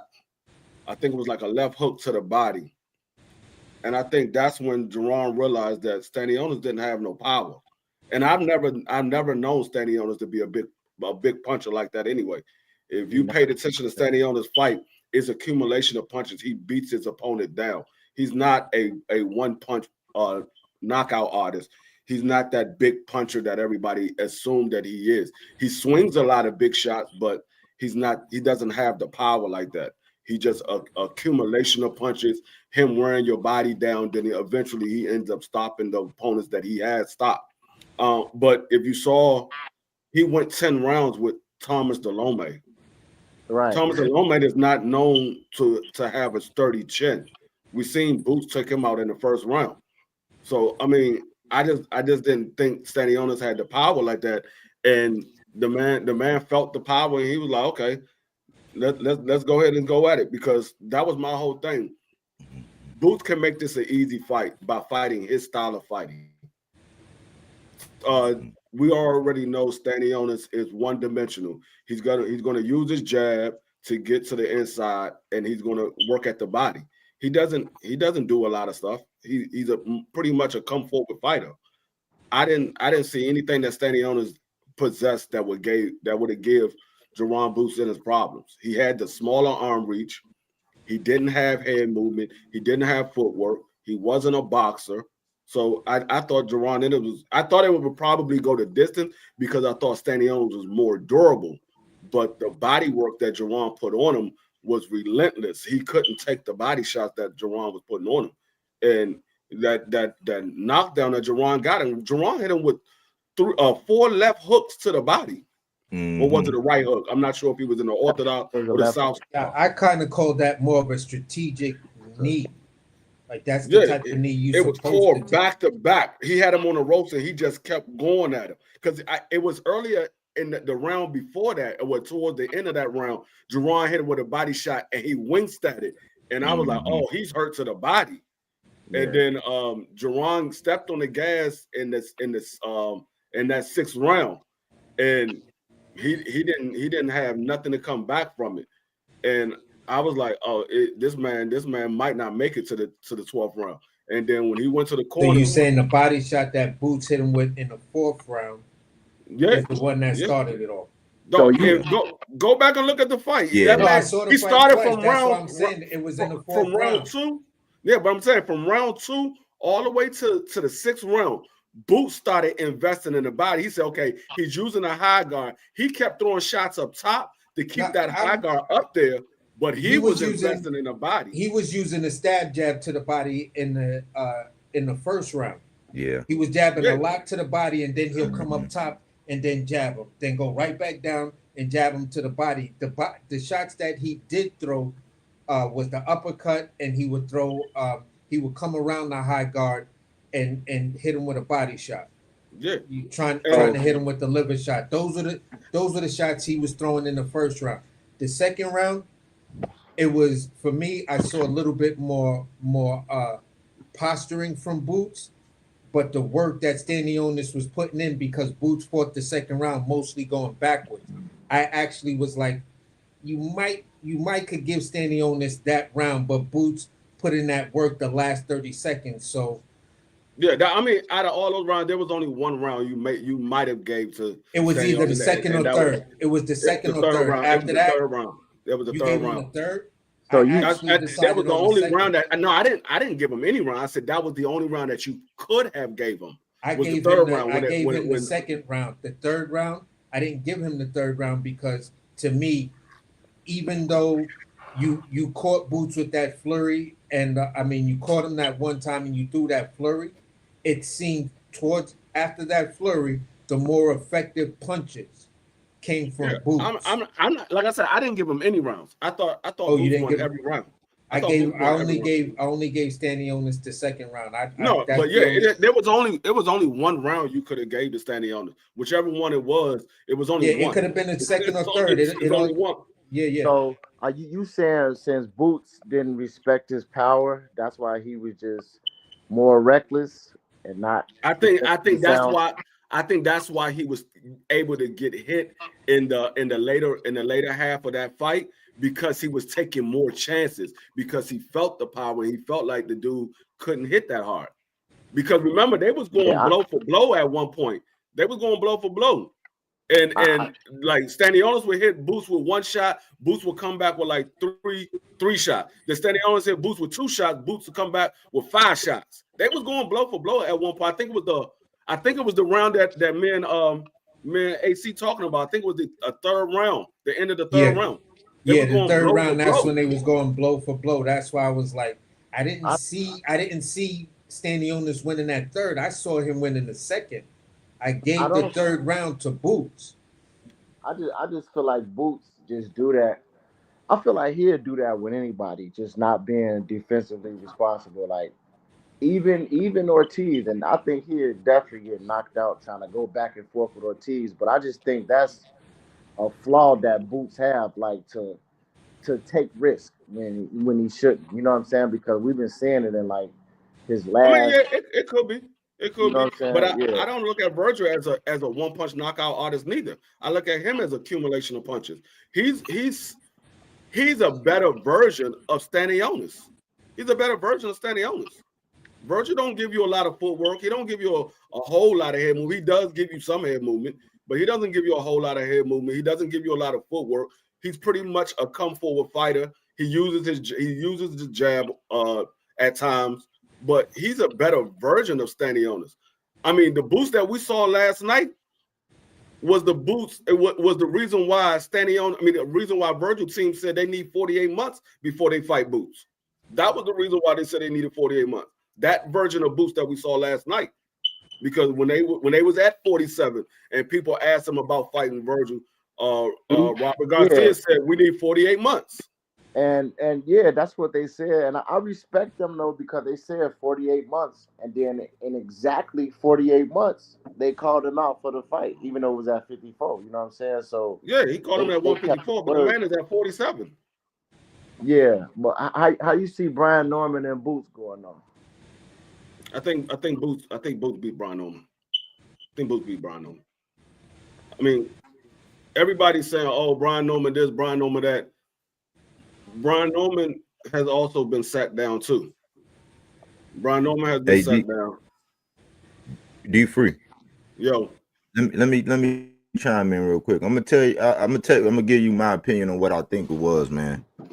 That for Boots is a flashy guy. You're not gonna stop him from doing that stuff where he turned his head, did the flash. You're not gonna stop him from doing, unless he in a dog fight. You ain't gonna really stop him.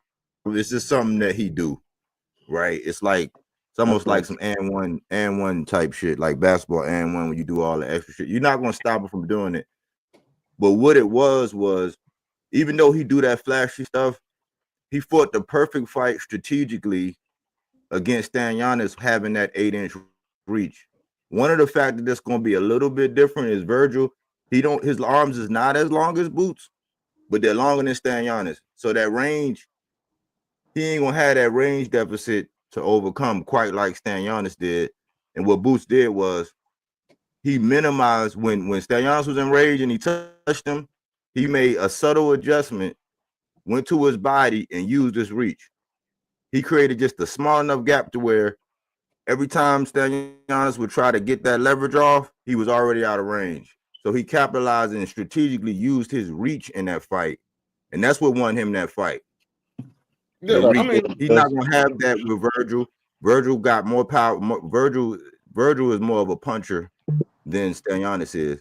And Stellianos, the reason why he might have looked like he had a little bit more power earlier is because one of them guys, most of them guys, they didn't have that advantage, and them guys didn't move. Them guys kind of caught themselves in exchanges. He one of them guys where if you sit there in front of him in his range, yeah, he gonna hit you, he gonna blow, he gonna start opening up on the combinations, but he can only get off ones and twos against Boots. So it was really the reach that he used. So I think strategically, Boots did a good job on that. Now you're not gonna stop him from that flashy stuff, and I think he is hittable to a certain extent. Yeah, that's what I'm saying. Yeah, no, I mean he hittable to a certain extent. But like I said, I don't see Virgil having the success that he has with other people. Like Jerron, I mean, he doesn't have an 8-inch reach advantage on Virgil, but he does have a 4-inch reach advantage.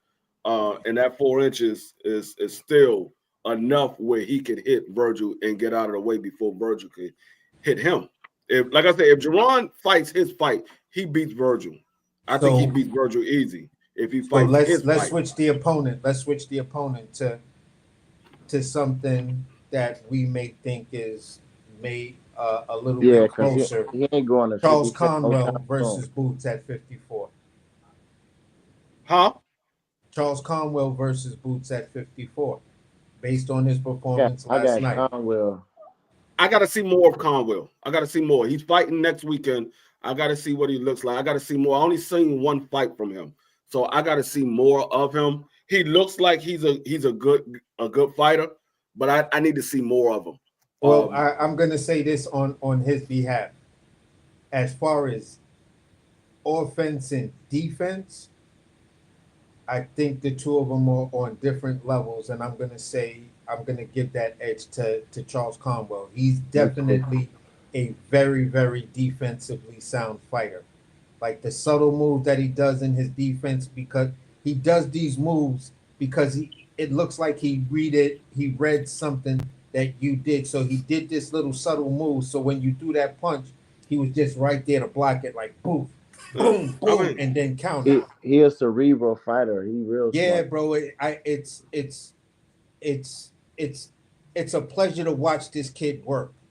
Yeah, You I feel just need what to I'm see saying? more of him before I have a good So what did you assessment think of him. about the last fight that you saw from him? I Did you thought he think did what he was all right? supposed to do. I thought he did what he was supposed to do. That dude that he was in there with wasn't no world beater. He did what he was supposed to. From all of the talk that I heard about Conwell, he did what he was supposed to do. The dude he was in there with was no world beater. He was Okay. supposed to Hey, beat him that way. Steel Mills, I'm with you on that, bro. I don't think Boots beat Virgil either. But Uh, yeah, I don't think Boots going to 54 no time soon. Anyway, it's too much Oh heat no, on. I think Boots is going to 54. It's just a matter of is these dudes going to step up to the plate and fight them? The other two champions, are they going to step up to the plate and fight them? Oh, you talking If about that they, 47? Yeah. yeah, I'm talking about 47. Yeah, I think he will go to 54. It's just a matter of if these well, other two. He's going to go to 54. That's not the question. The more question is when is he going to go to 54? Is it going to be within the next year or so, or is it going to be sooner that? Because I think within the next year or so, he's trying to lock down these other two champions. After that, I think he's going to 54. Now, if he can't lock down these other two champions, I think it might be sooner than a year and a half. If he well, me can't get a personally, I think he unification by gonna. the end of the year, if he can't get a unification by the end of the year, I think he gone. Yeah, I'm gonna say Yeah, this. that's why As I'm in the far as same boat. If he can't get another unification by the end of the year, he's going to go to 54. as far as I'm concerned, I don't think just the way they was talking last night. When you tell another champion X, Y, and Z, then you automatically shit it on your your undisputed, because it's like now we get the question who you fought for your undisputed, because you're saying X, Y, and Z about this guy. Pop believes that he's not gonna fight Barrios. Barrios Mario's might ducking the might smoke. You don't might want to fight fight might fight according Pacquiao. to Pop, if he come up here, Pacquiao. Barrios might take on Devin Haney. I, Pacquiao. I I don't. I think mean, Pac. I heard the talk of Pacquiao. The one thing that I will say about Mario Barrio, I don't know him to be a duck. Usually, when he gets an offer, he He takes it. ducked Boots before his last fight. He was supposed to fight Boots, and he talking about he was having a kid, and then right when he was gonna be fighting Boots, he fought somebody else on a Jake Paul card, I think. Yeah, like You talking about the Abel Ramos?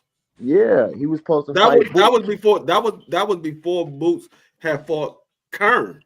Boots offered him to fight, and he said he having a kid, so he didn't take it. But then he ended up fighting Ramos. They was trying to fish around for a fight so Boots wouldn't fight Kern. Yeah, But the problem with that is they wasn't giving out realistic offers. Like I think I heard somewhere they offer him like $1 million or $2 million or something yeah, like like that. 2.2. I heard it was Yeah, 2.2. I thought it was like so they not Man, get he just you could have gotta fought understand. Boots though. 2.7, something crazy. No, but what I'm saying is you gotta understand this is a But unification fight. I This is see Boots. He definitely ain't beat Mortazalia at all at you said 54. who? I don't think he beat Conwell or Ortiz either. I mean, we'll find out when he get up there. I mean, it remains to be seen. I mean, we'll find out when he get up there. But like with the whole Brian Norman, the offer is on the table. They offered the man I can't 1.7. The hear. offer is on the table. So is they gonna take the offer or they gonna walk away from the offer? It's on the table.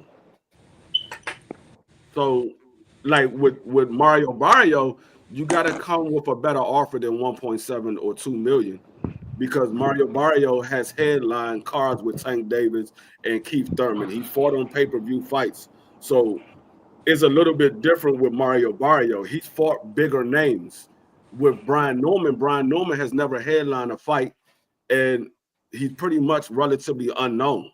So it's a little Right. bit different when it comes to Brian Norman than Mario Barrio. I've always felt that the race would be for Barrios. Whoever got Barrios, it's either you're gonna somewhat give yourself some good leverage to whereas maybe 42%, 43% will come your way, no more than 45. Um, or in Boots' case, it gives you even more leverage to say, listen, this shit's gonna be about 20, 30. It's gonna be somewhere between 30%. You No, know, I don't think it's going to be either one of those because it's not a pay-per-view fight. no, Two what I'm saying is as far as what the offers would be by the time these two guys meet for undisputed, if they do decide to, put that undisputed fight out there. You feel what Oh, I'm saying? Because on Brian Norman Jr. side, after his last fight, he was saying, yeah, we keep trying to make that Barrios fight, but it seemed like he just trying to stall us out. Maybe he looking for that Boots money again. I 2 million mean, is worth the price for unification, and even they offered Stanionis 2 million and Mario Barrios 2.2, but you offered Brian Norman 1.7, and they was asking for two. And then the fact that Boots last night said, "Oh, we offered him 2 million," he know that's a legitimate offer for a unification fight. So why not just offer him the two? You know what I'm saying? they probably can offer the two, but like I said, they already have the offer on the table, You got and the it's up to them to say, "Hey, look, let's go back to the negotiation table." you got the hype, you got the motion behind you. They You should offer can the the two. way this fight look right now, you can offer that man at the very least. I'm just saying in my opinion. I'm not the people in the thing. I'm just saying in my opinion, you can offer that man a strong two right now. You feel what I'm saying? To get in the ring for that unification. If you're talking about a Brian Norman Jr. fight, both of you are coming off of good stoppages. You feel what I'm saying? For either one of your fan base, both of them were exciting fights. So at the end of the day, all the hype is there to just to justify paying this kid the 2 mil or 2.1, whatever he gonna ask, and y'all make this fight. Um, That's I what don't I'm saying. know. I mean, what was the live gate for this fight he just had with Stanionis? They said it was like 9 in there. They said it was like 9 in there. But this what I'm gonna say, y'all. This what I'm gonna say. These guys, Brian Norman and Barrios, they kind of have a little leverage because they know that the clock is ticking on Boots, and Boots, as much as he say how easy it is for him to make weight, it's not. It's and it's gonna take a toll. He's not Boots is not really a spring chicken. He's 27, right? And he's a big dude. So they kind of have some leverage in the fact that it's the same leverage that Bud had, knowing that Earl wanted that last strap, knowing that he's going to play Pac-Man and try to get them other 2 straps, and they have something. They're not going to just take anything, man. And they know that, okay, well, they could play a little hardball, knowing that he's up against the clock and he got to move. So Eddie got to be real strategic, and he got to be kind of aggressive, and it got to be some compromise a little bit, because you could say, oh, well, we could sell this and we could sell that. They could just hold out because they have the luxury of not being on the same label as him, and they can play a little hardball. So it's really going to be, the pressure is on Eddie. The same way Eddie's pressure was on to make this Giannis fight. It's a little bit more pressure. It's like, yeah, you got the numbers in the back end, but them guys know that they got leverage, and you up against the clock because you getting ready to have to go to 54 That's sooner what I'm or later. saying. That's what I'm saying. A strong two, just to start talking. It could come down to that. It could come down to that. But see, the thing is, it could backfire on them as well, because you sitting here playing hardball and you go out there and you take a fight and you lose that fight. Now you're out of the bag. Yeah, because it's a game. It's a game. They playing chicken. You're out of the bag because Jerron Ennis is the one with the name. I mean, the first person to blink. It's the first person to blink. They don't know who Brian Norman is. At the end of the day, I'm telling them like this. Give me 2.1, 2.2. I swear to God, I'll sign the contract. We get this fight on. I don't like the energy coming from Boots' team though, because they already know they asked for 2, and then Boots pretend that they offered them. You got everybody's offer has to be start with a 2. Boots said that he took a pay cut to pay Stanionis, but he didn't take a pay cut to make the Brian Norman fight. So it's not really matching up like that. It's just like, why they not trying to make that fight? Bro, he got everything. I'm now. Let me speak on the Brian Norman situation. I had Brian Norman Sr. on my platform. We interviewed him multiple times. He's been on our platform multiple times. The thing is, with the whole Brian Norman, that fight was not going to happen. Right. If it was going to happen, it was going to happen for Brian Norman's belt. Jerron Ennis had already been entered to a purse bid date. Once that date has been announced, they cannot take another fight. If they do, they lose their belt. Yeah, right. But so that and Brian Norman Sr. came on my platform. He said it wasn't Jerron Ennis, it was Eddie Hearn. We know that Jerron Ennis want to fight. I speak to Bozy Ennis on a regular basis. They know that they want to fight. It's Eddie Hearn. Eddie Hearn was out there playing games. It's not Jerron. Is Boots signing back with Matchroom? Because that was his 3rd fight.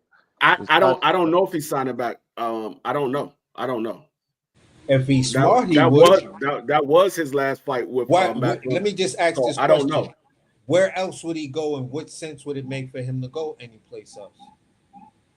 Where else would he go? He could sign a PBC. Why would he go to PBC? PBC wanted him. PBC wanted him, but Eddie Hearn offered him more money. No, I remember. I don't know. Originally, PBC turned him down. They said we don't want him.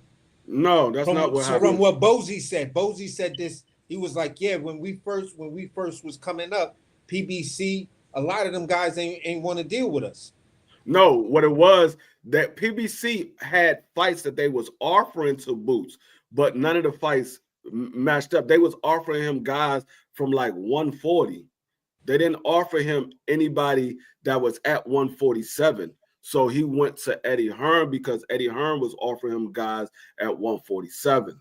No, I'm talking like here's the reason why I'm saying what I'm saying is because he said what he was saying about PBC in the beginning of Jerron Boots and his career. So Boots gets then signed to Showtime, which still funneled his fights through PBC. Oh, you talking about the beginning? I mean, maybe they didn't want him at the beginning. I'm talking about right now when he was a free agent, when Cameron Duncan has passed away, and he was a free agent because Showtime had canceled their contract from doing any sporting events, and all those people that were signed directly to Showtime was free agents. Jerron Boots was one of those guys. He was signed directly to Showtime. PBC wanted to sign him. The problem was PBC didn't offer him any fights that he wanted to fight. So he went to Eddie Hearn because Eddie Hearn was offering him fights that he wanted to fight. So PBC was offering him.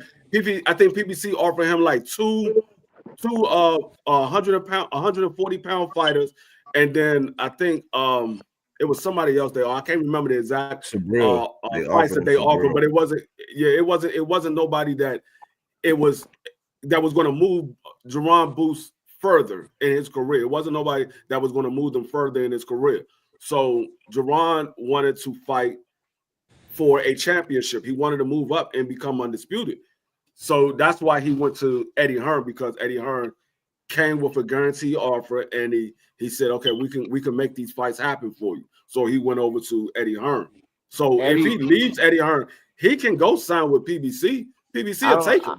I don't think I think he, from how Eddie talking though, it sounds like they still for the work together though. So he was like planning his next fight, saying it's gonna be in Philly or whatever. So I guess and like PBC, that'll be a bad move though, because he did the same thing. He did the same thing for Shakur, because remember, Shakur was supposed to be a free agent.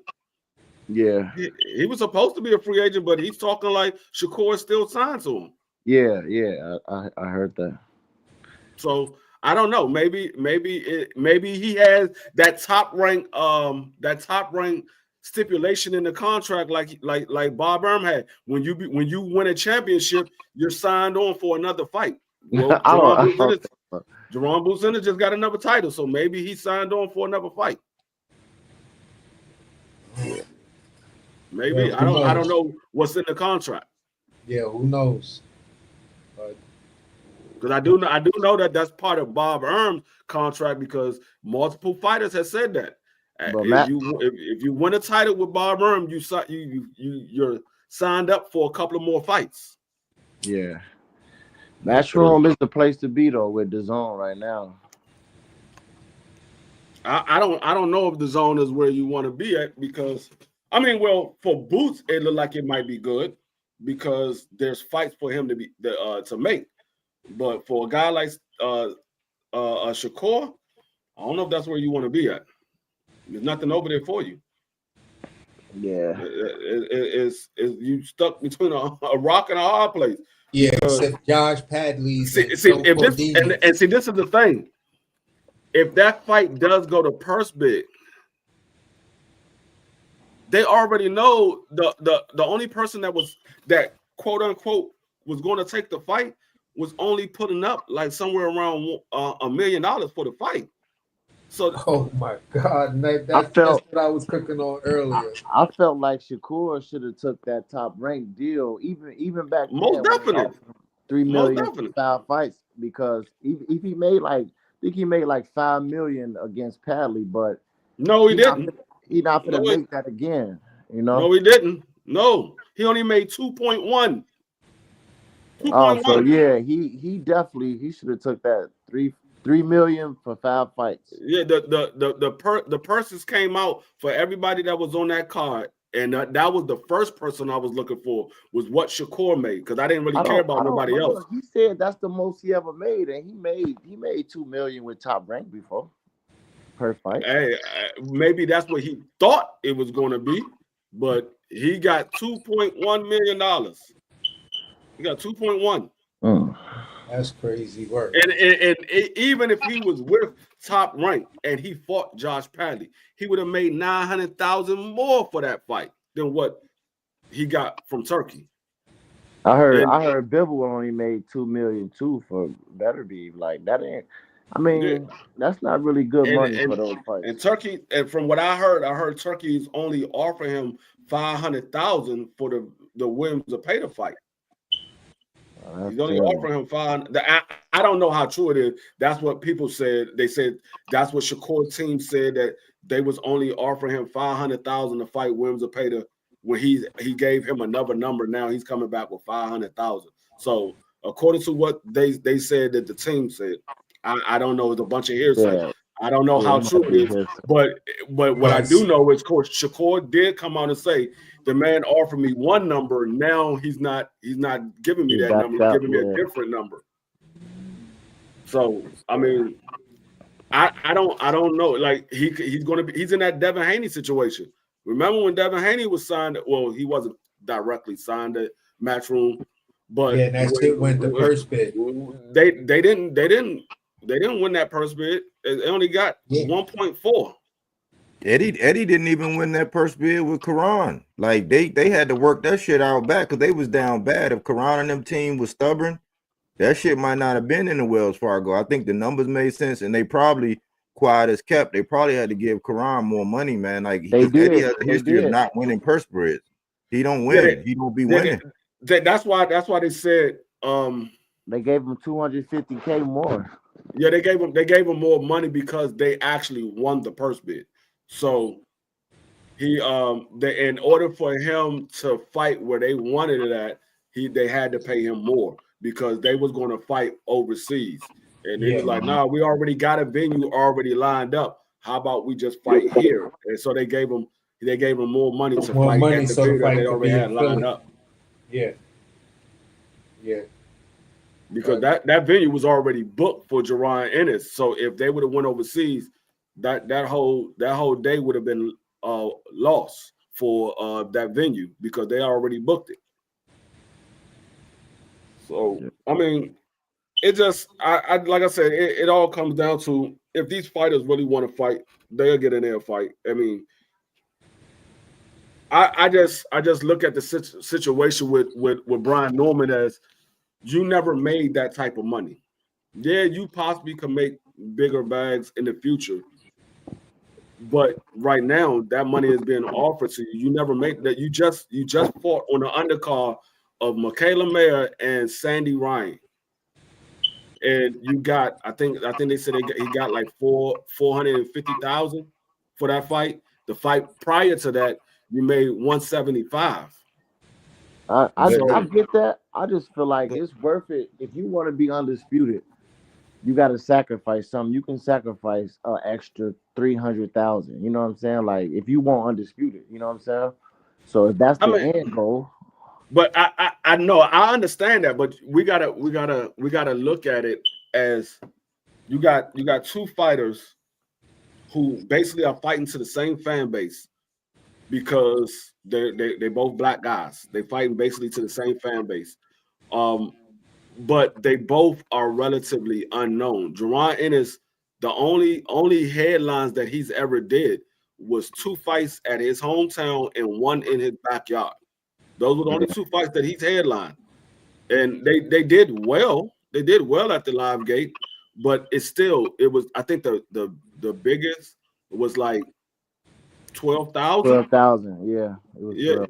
So now you got Brian Norman, who's never headlined any fight and relatively unknown. Most people in the casual part of boxing, most of those people don't know who Brian Norman is. A lot of them don't know who Jerron Ennis is. So that's why I said this is not a pay-per-view fight because they're not going to sell well.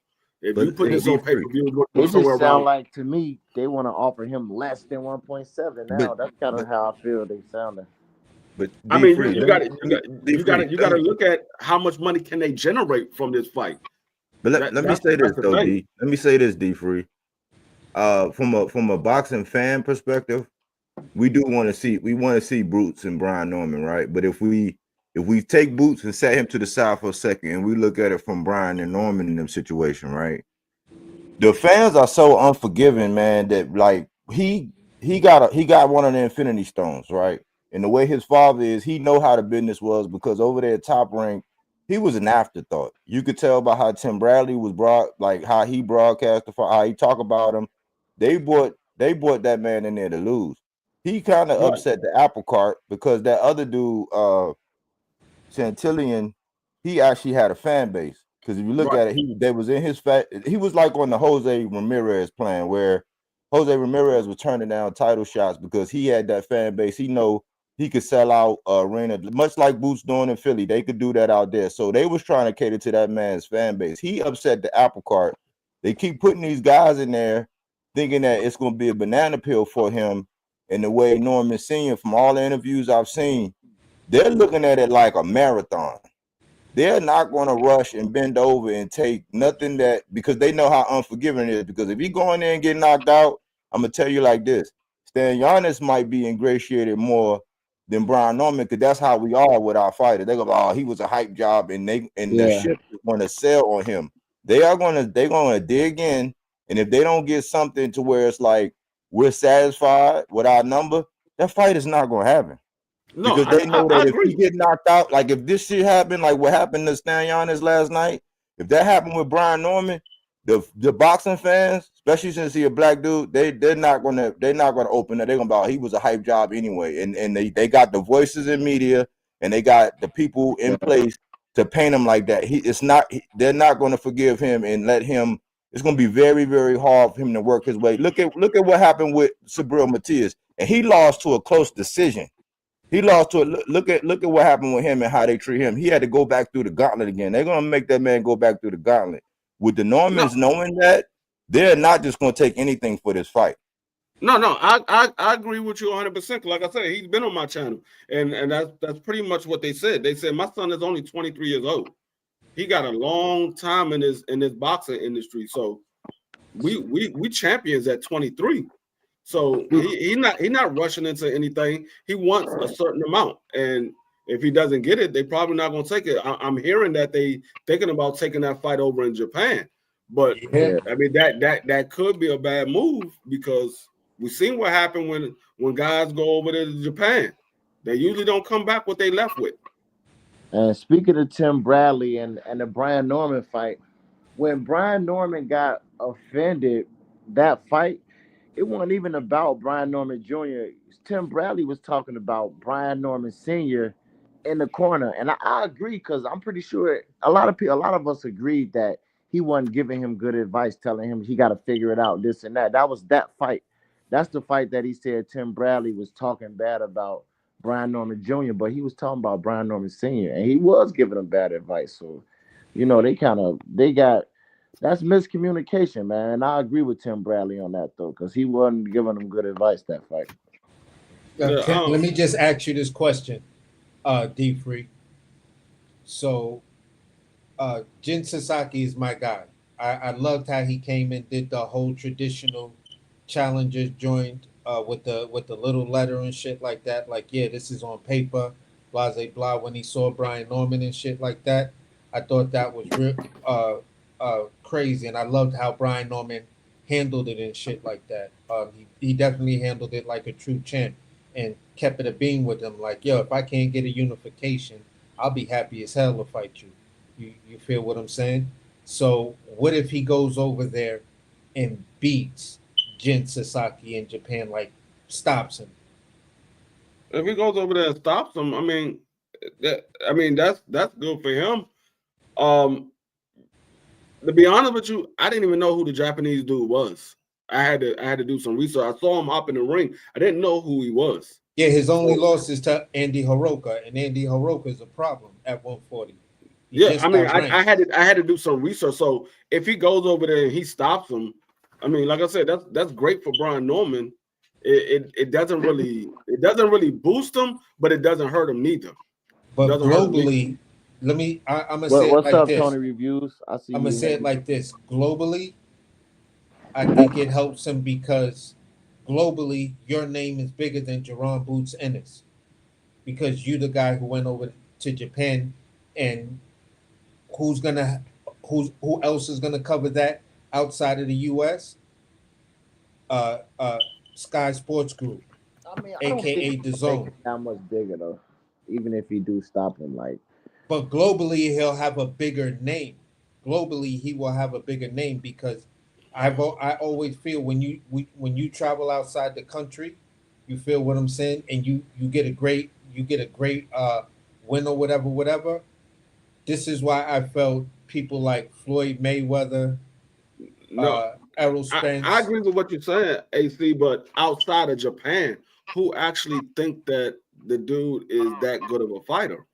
Who right. Jin? Jin is Then ranked number Sasaki one. not big though. He not a Jin big is name, ranked number one, and I think he's ranked number one in Japan in that weight division, and I think globally he's in the top 10.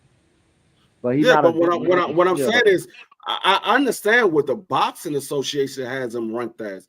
I'm talking about outside of Japan. Who else thinks that he's that good of a fighter? We I never understand saw what him the fight. I never I saw never him seen him fight. fight. I I Like I never think said, saw I he's had to that go. good. I've been a guy who's been big on him. Just like I've been looking at a lot of Japanese fighters, like I just said, Andy Hiroka, and you got uh, um, uh, I forgot I forgot the dude's first name, but his last name is Taraji. He's down at 115 and shit like that. He's looking to fight Bam Rodriguez. You feel what I'm saying? So I'm following these Japanese dudes because I noticed something to whereas I seen Top Rank starting to cover more Japanese fighters. You feel what I'm saying? So I was like, okay, But why to are I the they mean, average doing this? fan, I'm gonna be nobody honest know with you. anything. I ain't getting up at no 5 o'clock in the morning to watch these guys. So Right. I, Me I anyway, just not I I'm just watch not the watching. highlights. I ain't got time for that shit. No, I watched a I couple just of I them. just I catch watched a the couple of them. Like when I Monster came on, there was a couple of guys that because I was already up, so I was like, let me put it on because I remember that this fight is coming on, so I put it on, and I'm sitting there watching them. I'm like, okay, all right, this dude, he look like he decent, but then for the most part, I'm like, okay, yeah, these dudes are fighting, but they're fighting those guys. They fighting those guys that's over Right. there. Exactly. They're not really mixing up the competition. So it's like you can't yeah, really judge them it's because in a they, bubble. That's what I yeah, say about Japanese boxing. It's in a bubble, but that bubble is spitting out world class competition in the fact of this young guy Taraji. Then when you look at I don't remember if it's 110 or something like that or one it's one of those super lightweight divisions where every one of the fucking champions in that division is Japanese. And yeah. I'm just like, It's only two guys in Japan that I'm actually looking at, and that's Monster Inoue and Nakatami. Those are the only two. Jun Nakatami. Those are the only two guys that I'm looking at from Japan, and they about to fight each other. So I want to see how that mix up yeah, because I D free, I'm gonna say it Hey, like this. it I was got nice chopping it up with y'all. I'm gonna get ready to hop off though, man. yeah, for sure. Salute. But I'm uh, gonna just say this One real. love. I'm gonna just say this real fast. Um, I stumbled on this documentary about Japanese boxing. You feel what I'm saying? And um, what I found out, they got like junior high school and high schools for boxing. You study, and then when you get home, you train for boxing. I'm like, get the fuck out of here. You feel what I'm saying? So when you look at a program like that, the last time anything similar to that existed was like the Russian and the Cuban Olympic boxing academies and shit like that. You feel what I'm saying? So for me, I was just super impressed with it, and that's what made me start to even look at more Japanese fighters because I stumbled on that by just uh, looking at Jin Sasaki, Yeah, and then there I was just this. need to see them fight other styles because they're fighting all the same styles majority of the time. So you get accustomed to fighting against a certain style. Then when you put a different style in there, then you're like, oh, these dudes ain't really built like that because they having a hard time. They struggling with a guy that has a different style because they so used to fighting the same style because all those guys pretty much fight the same way. They all fight real fast and they throw big hooks to try to stop their opponent. They all pretty much fight the same way. So it's like, okay, let me branch out because I'm cool with fighting this style. I know how to fight against that style. Let me go fight some other style. Let me go around the rest of the world and see how these guys fight and better my craft. Because when you get stuck on fighting the same style, you pretty much limit yourself. You put a hamper on your growth because you only used to fighting that style. After a while, you ain't gonna be able to do anything with anybody else. That's why I want to see. I mean, that's why I like the fact that Monster Anyway started fighting more of the rest of the world, even though that they were having to fly over there. He was still mixing up the different styles of fighting that he had to fight against. But Like, this is what I'm trying to tell you. When you go when you go to the rankings, boxing scene or whatever, and you scroll down to the like the super lightweight and the featherweight divisions, you're going to see who is dominating in fields of heavy Spanish dudes and some Chinese dudes and some Filipino dudes and all of this other stuff. Uh, yeah, you got these Japanese fighters who are now dominating in complete divisions. Every champion is Japanese or three, no matter what. And most of that, it's no less than two Japanese champions. yeah. I mean, I know that because for that size, Japanese or those demographic of people are usually smaller guys, so they can make those weights because they're usually smaller guys. That's in their genetics. They're going to Yeah. be small. But the only other people that can be small like that is usually like Mexicans. You might have a couple of Puerto Ricans and Dominicans. They're usually going to be And small, but when it, some Filipinos. Some a lot yeah. of So when you start thinking about the Europeans, the Africans, the Americans, the they are anomalies to be that they small, bro. normally You bigger. come They normally on, bigger D. guys. D, that's not even fair, bro. That's not even fair. Unless you talking about some fucking pygmy tribe coming out of Africa, a 5'3", 118, 110 pound black dude, you just not gonna get that. No, no. You feel what I'm saying? Europeans are dudes that are not even that small. I mean, probably the smallest European you can get down to is like maybe 126, and that was Loma, and Loma didn't even exist at that weight for too long. Like Gary Russell was at 126. His younger brother was at 122. But But they're anomalies. That's what I'm they're not saying. going to be they can't get down no further than that. That's the small, and that's only because they're not that tall. Gary Russell is like 5'4", 5'3". His And brother is I'm like saying, 5'6". D, you how many just in general of being in your hood? I live in the city. I don't see that many little short, black dudes like that. No, you're It's not. You ain't probably got a see lot of. You one don't per have every hood. a lot of crushes out here. You don't have a lot of crushes out here. You feel? And Crush is 5'5", but Crush is every bit a good 140, 150 pounds. Yeah, Now I mean he probably could get down to to 126. 126. Yeah, Yeah. yeah, yeah. See, we both, But you that's it. you don't normally, especially of this You generation, got to be these young, guys that's bro. coming out at 5'5". They're You coming got to out the be womb at young. 5'5". you have to seriously be young in order to do that. Like you ain't reached 27 yet. You feel what I'm saying? You look at like you look like Shushu. Shushu might be that guy that stays, don't fight no Nah, heavier than. Shushu ain't gonna be at that weight too much longer. I give him maybe another year. That Yeah, but man I'm has been, saying that man has been stripping down to his draws the last 2 or 3 weigh-ins. no, I but give what I'm him saying is like you got Shushu down there, you got who else can be down there? What's Oshaki Foster, and Oshaki is a little bit older, but what I'm saying is Oshaki's at 130 though.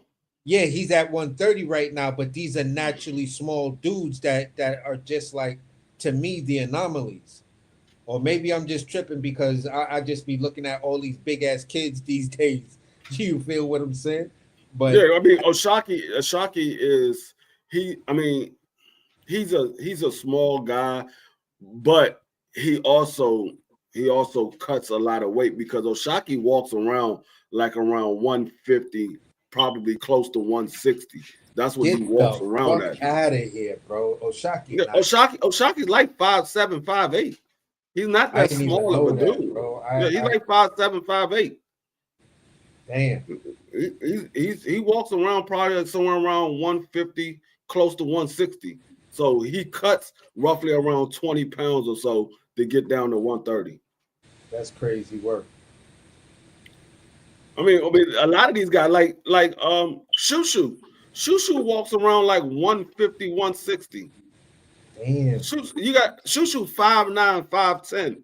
That's That man is wild. not walking. He's not walking around at 130. He's not walking around at Bro, 130. I couldn't get down to 130 if a nigga paid me to.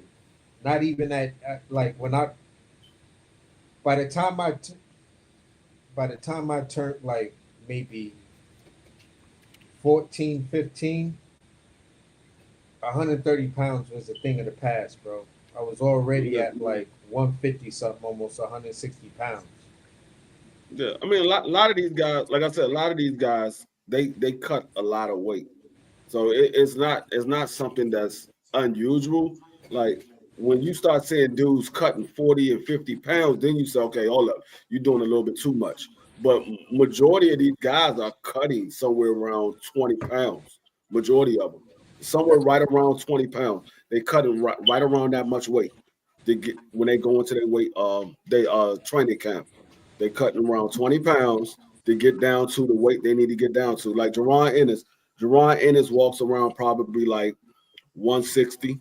He's cutting like 20 pounds to get down to 147. that's crazy. So I mean, all these guys are cutting roughly around 20 pounds.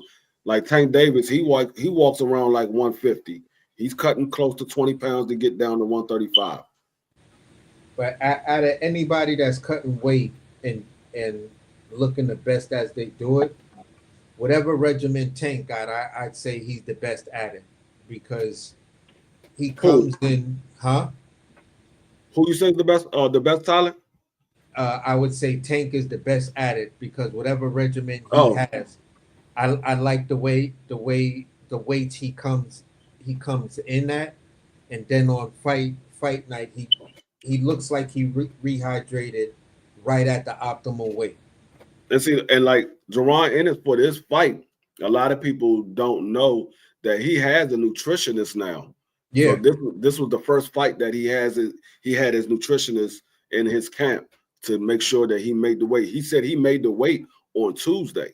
He made the weight on Tuesday.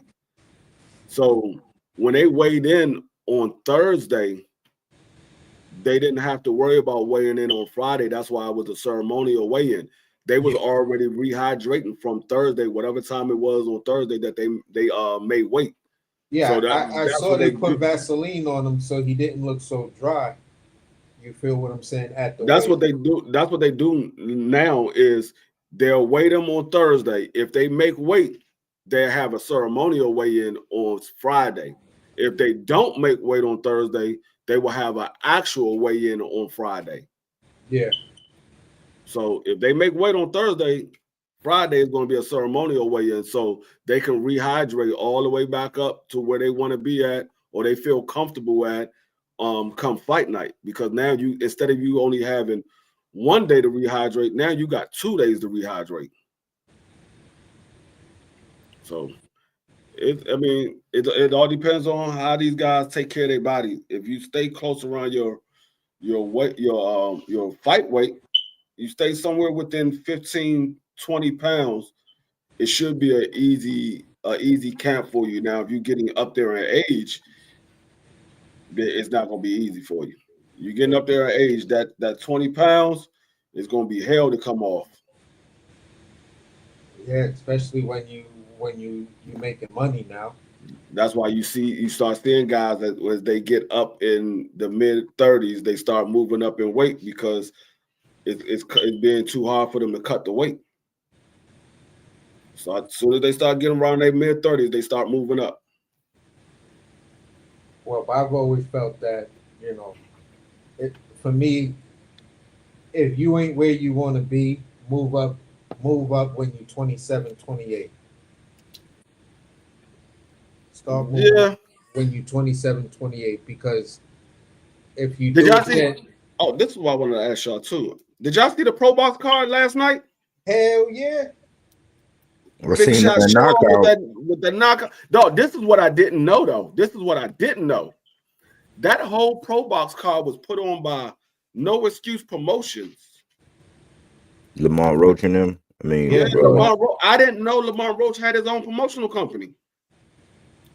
I didn't know that. They put that whole card on. No, that's the second one they put on. No, what I'm saying is I didn't know that he had his own promotional company. Okay. I thought he was under somebody else's promotion. I didn't know that he had his own promotional company. That's why, for me, it was like, yo, when he said with the Tank fight, the money is crazy. I ain't got no complaints about the money. I was like, yeah, it wasn't what Tank and them paid you. It's what you making off because you promoting this bitch. No, see, a lot of people bought into that and they were like, oh, he had a better offer on the table. What he's talking about is he had a better guarantee offer. The offer that he was guaranteed was better than what Tank's guarantee offer was. But remember, you're fighting Tank Davis. You're getting money on the back end. Yeah. So yeah, the guarantee might have been smaller, but you wasn't getting no money on the back end for your mandatory fight. No, but for your company to be involved in a legitimate promotion of a big fight with the Tank Davis, you're getting some bread. Or yeah, you getting promotional everything you else. getting promotional fee.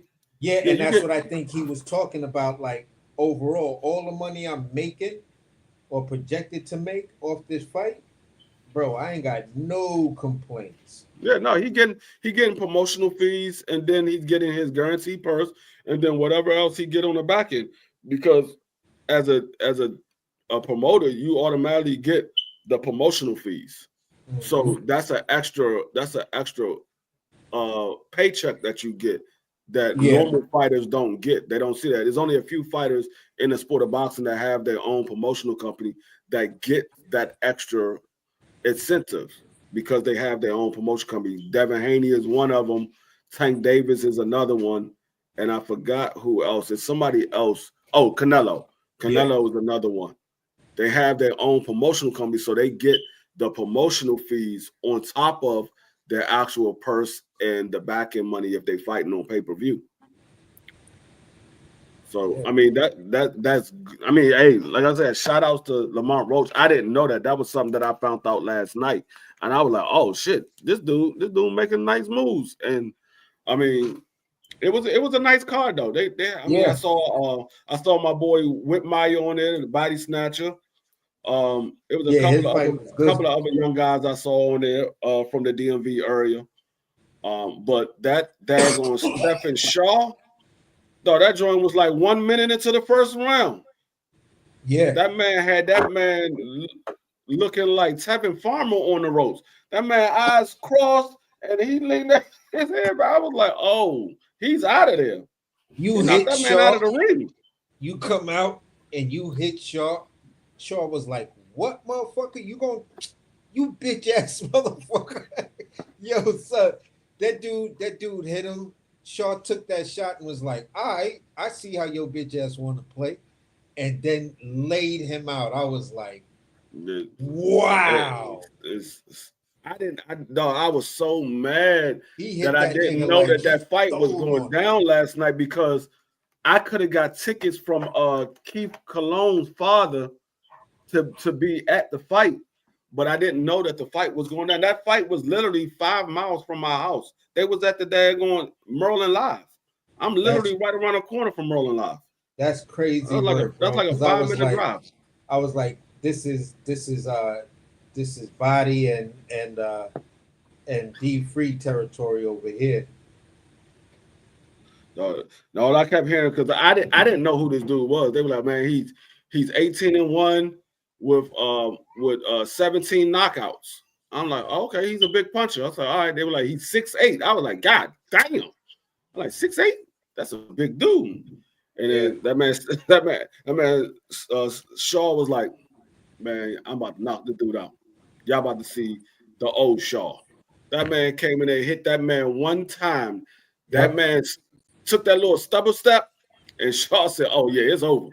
He was like, yo, nigga just stole on me. Wow. I'm about to, let me show you something.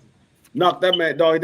He knocked that man out of the daggone ring. The daggone judges had to catch him. The dude that keep the count had to catch him. The ring girl had to catch him. He got his hand on his stomach like, don't move. Just stay He was like, he told them, he was like, look, let me go. I'm all right. They were like, no, you're not. No, you're not. You're not all right. Don't move. Right. Don't move.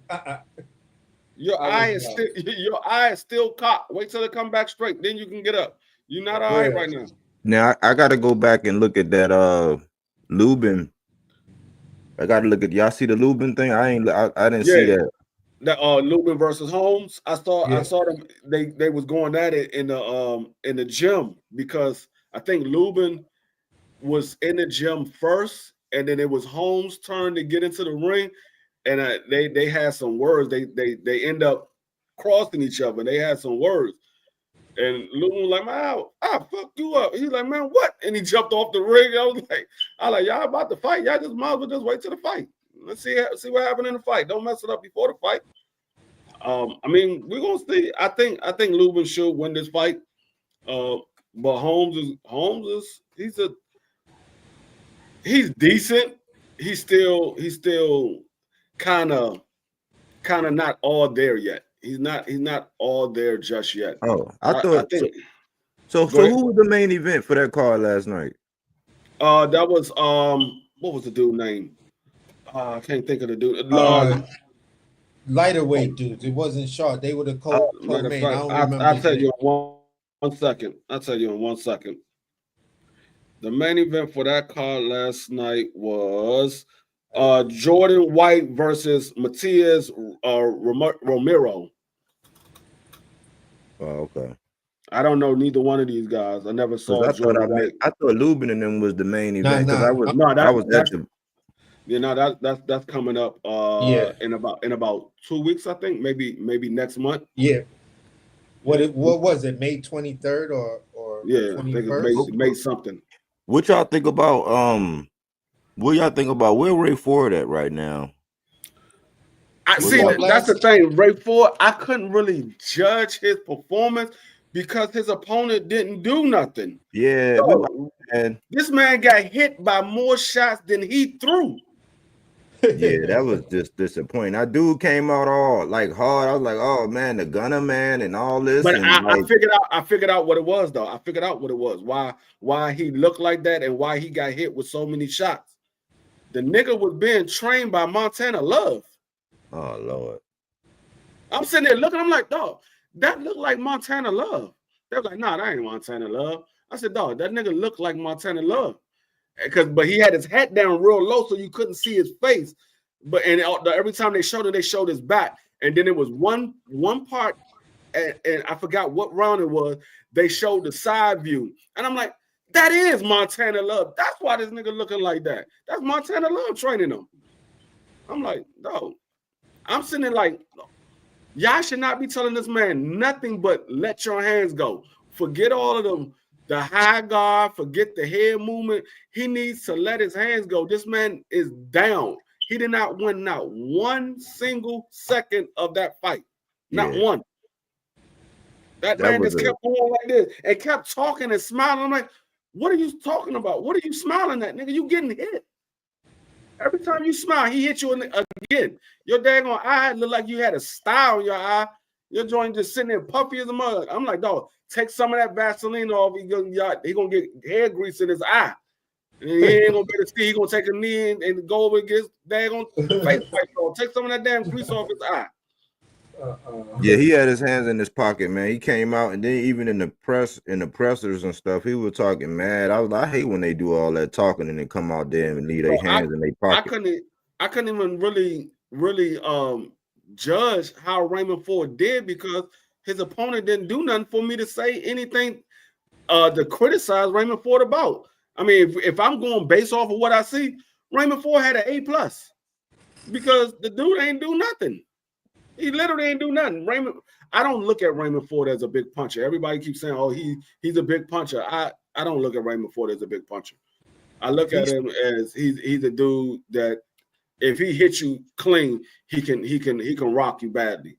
But I don't look at him as a big puncher like that. He's not somebody that I say you got to be worried about his power. I say you don't want to get hit with a clean shot, but he's not somebody that I say you got to worry about his power because he was hitting that dude with shots, but he wasn't getting them out of there. He didn't. I don't think he rocked the dude not one single time. He hit the dude 126 times.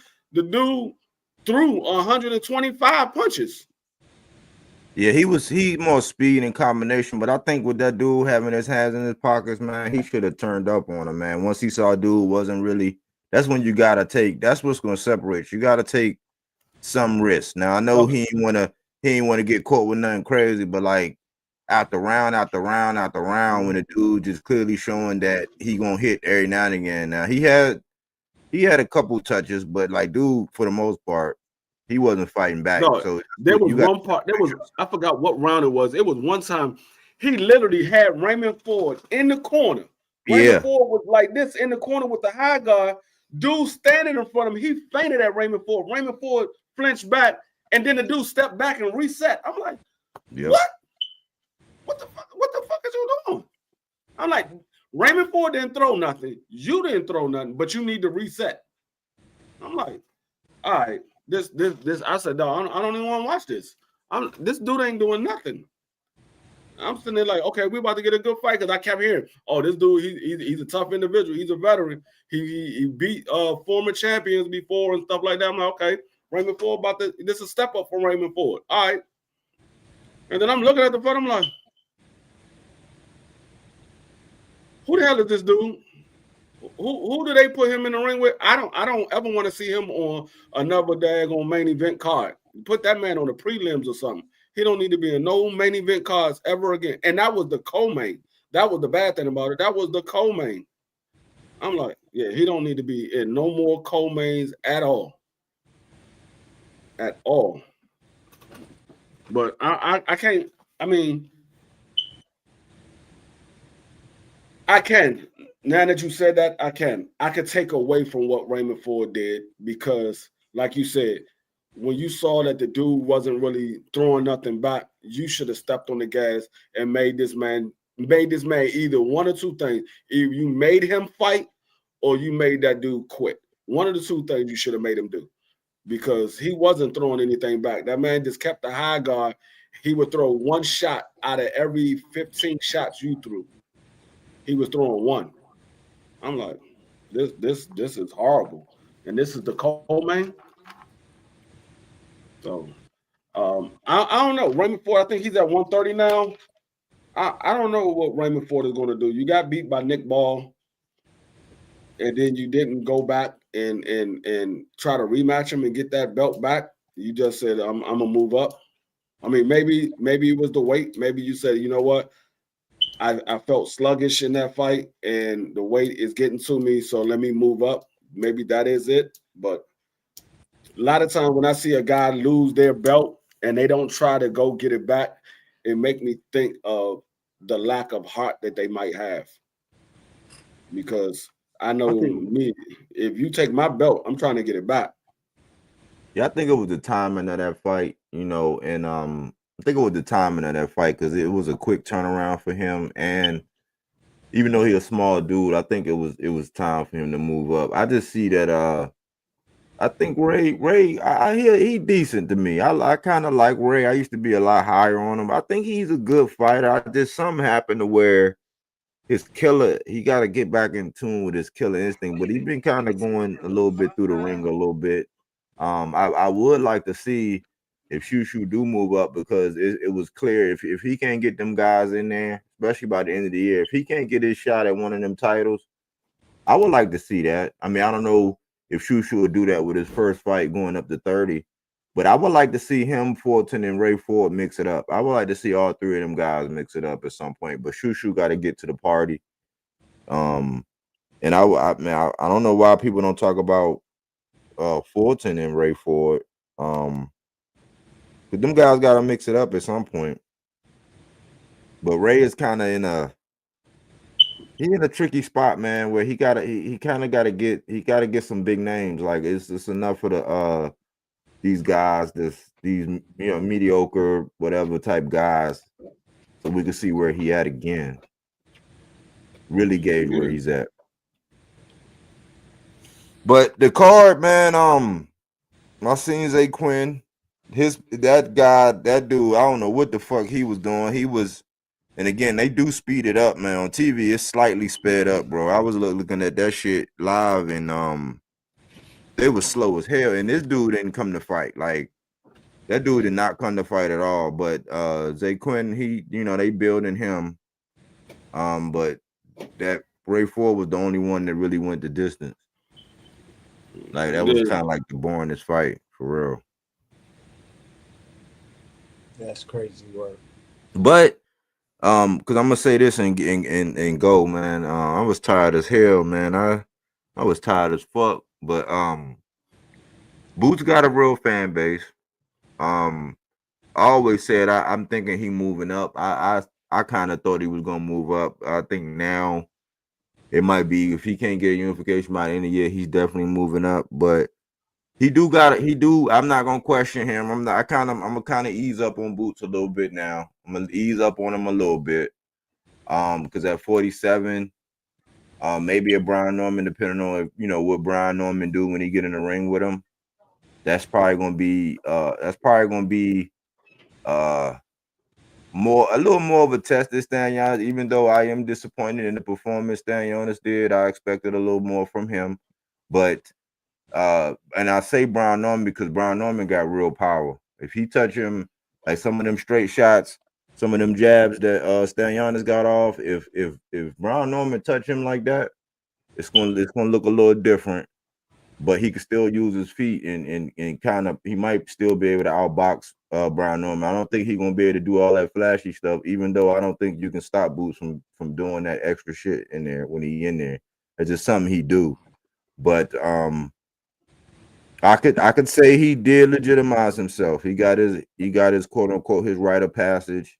People can stop saying he emailed and all this because he did take a belt from a champ, whether or not Stanionis had shown who he truly was or not. He still took his strap from a champ. He's legitimized.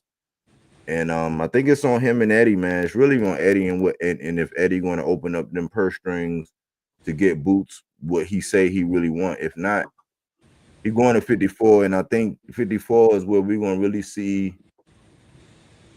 We're gonna see if Boots can fit in because I think 154 and 140 those are the most competitive divisions in my opinion. As far as any given night, man, depending on who's in there and what the circumstances are, it can go down, man. It can go down. So I'm gonna be honest with you. From what I've seen from Boots last night, if we can get that version of Boots, if that's the version of Boots that we're gonna see this moving forward, I'm not nervous for Boots at 154. I think the only person that I'm nervous for Boots is Baccarat. I need to see him again because I only seen him one time, and that's when he made Tim Tszyu look like garbage. he made Tim Tszyu look like a little boy in that ring. That's the only person that I would say, okay, I gotta see some more with him. I'm not, like I said, I don't know much about Charles Conwell, so I gotta see more of Charles Conwell because I keep hearing people talk about him, so I gotta see more of him. But I think he can beat Sebastian Fendor. That version of Boost that we saw last night, I think he can beat Sebastian Fendor. That version of Boost that we saw last night, I think he beat Virgil Ortiz. That version of Boost that we saw last night, I think he beats who's the other champion? Sebastian. Oh no, that is Sebastian Fendor, and it's Baccarat. And then that the IBF, I believe, is, I mean, not the IBF. Is it the IBF or the WBO? The WBO. I think the WBO is vacant. Whichever belt that Bud had. Fendor got two. Fendor got two straps. Baccarat got the other one. Yeah, and there's one more that's vacant. Bud just dropped it. Which one was that? Was that the WBO? That would be the WBA. I'm looking right now. That one. I think that's the one that's vacant. So No, I'm not nervous. 54? I'm not nervous for him at 54. Now, I mean, like I said, there's a lot of talent there. There's a lot of talent, but I think he's gonna have some fights where he might lose or he might be favored to lose. But I think there's gonna be a lot of fights where he's gonna surprise a lot of people, and they're gonna be like, "Damn, I didn't see that happening." So, D-Free. Yo, hold on real fast. He's still champion at he still got the belt at 54. Crawford. He's still ranked as the WBA's champion. This dude Yoenis Tellez is the interim champion. And then isn't Jamel Charlo in recess with one of them belts also? He's got the ring magazine. He's a champion. He's a champion in recess. He's supposed to be coming back to fight Jesus Ramos, but I don't know if that WBA belt is on the line. Oh, okay. Yeah, because he's a champion in recess before the WBA. There's an interim champion. It's Terrence Crawford, and then there's an interim champion.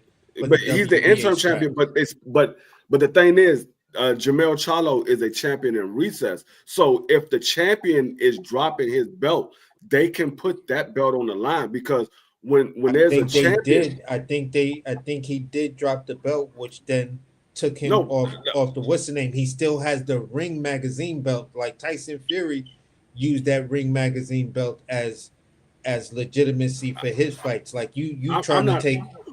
I'm not worried about the Ring Magazine belt. Because Ring Magazine, that's Turkey's belt. That's Turkey belt. He owns Ring Magazine now. Yeah, that's it's not the Lineal anymore. It's the Ring Magazine. That's his belt. So I'm not really worried about that. Of course, he's going to hold on to that belt. He's one of Turkey's fighters, so of course he's going to hold on to that belt. But the thing is, the WBA, when there's a champion in recess, usually how it works. When there's a champion in recess, whoever the champion is, when that champion in recess come back, he automatically has the right to fight for that belt again. Well, the champion that's the current champion that they put in place has to fight the champion in recess to retain that belt. That's usually how it works. Yeah, so, this is what we was talking about there with the WBC. So he might be elevated back to the champion because Bud is supposedly dropping that belt. I'm not sure if he did yet or not, but he's supposedly be dropping that belt. So when Jamel comes back, he could be elevated right back to being the actual champion again. Or you think they'll make the fight between? Or you think they'll make the fight between him? Yeah, because the champion is no longer there. The champion is no longer there. Jamel. I don't really know who this dude. I seen him before, but it's like if Mel might make a return and get a belt back on his immediate return, why not fight this interim dude for your belt? He the one who he just beat J-Rock.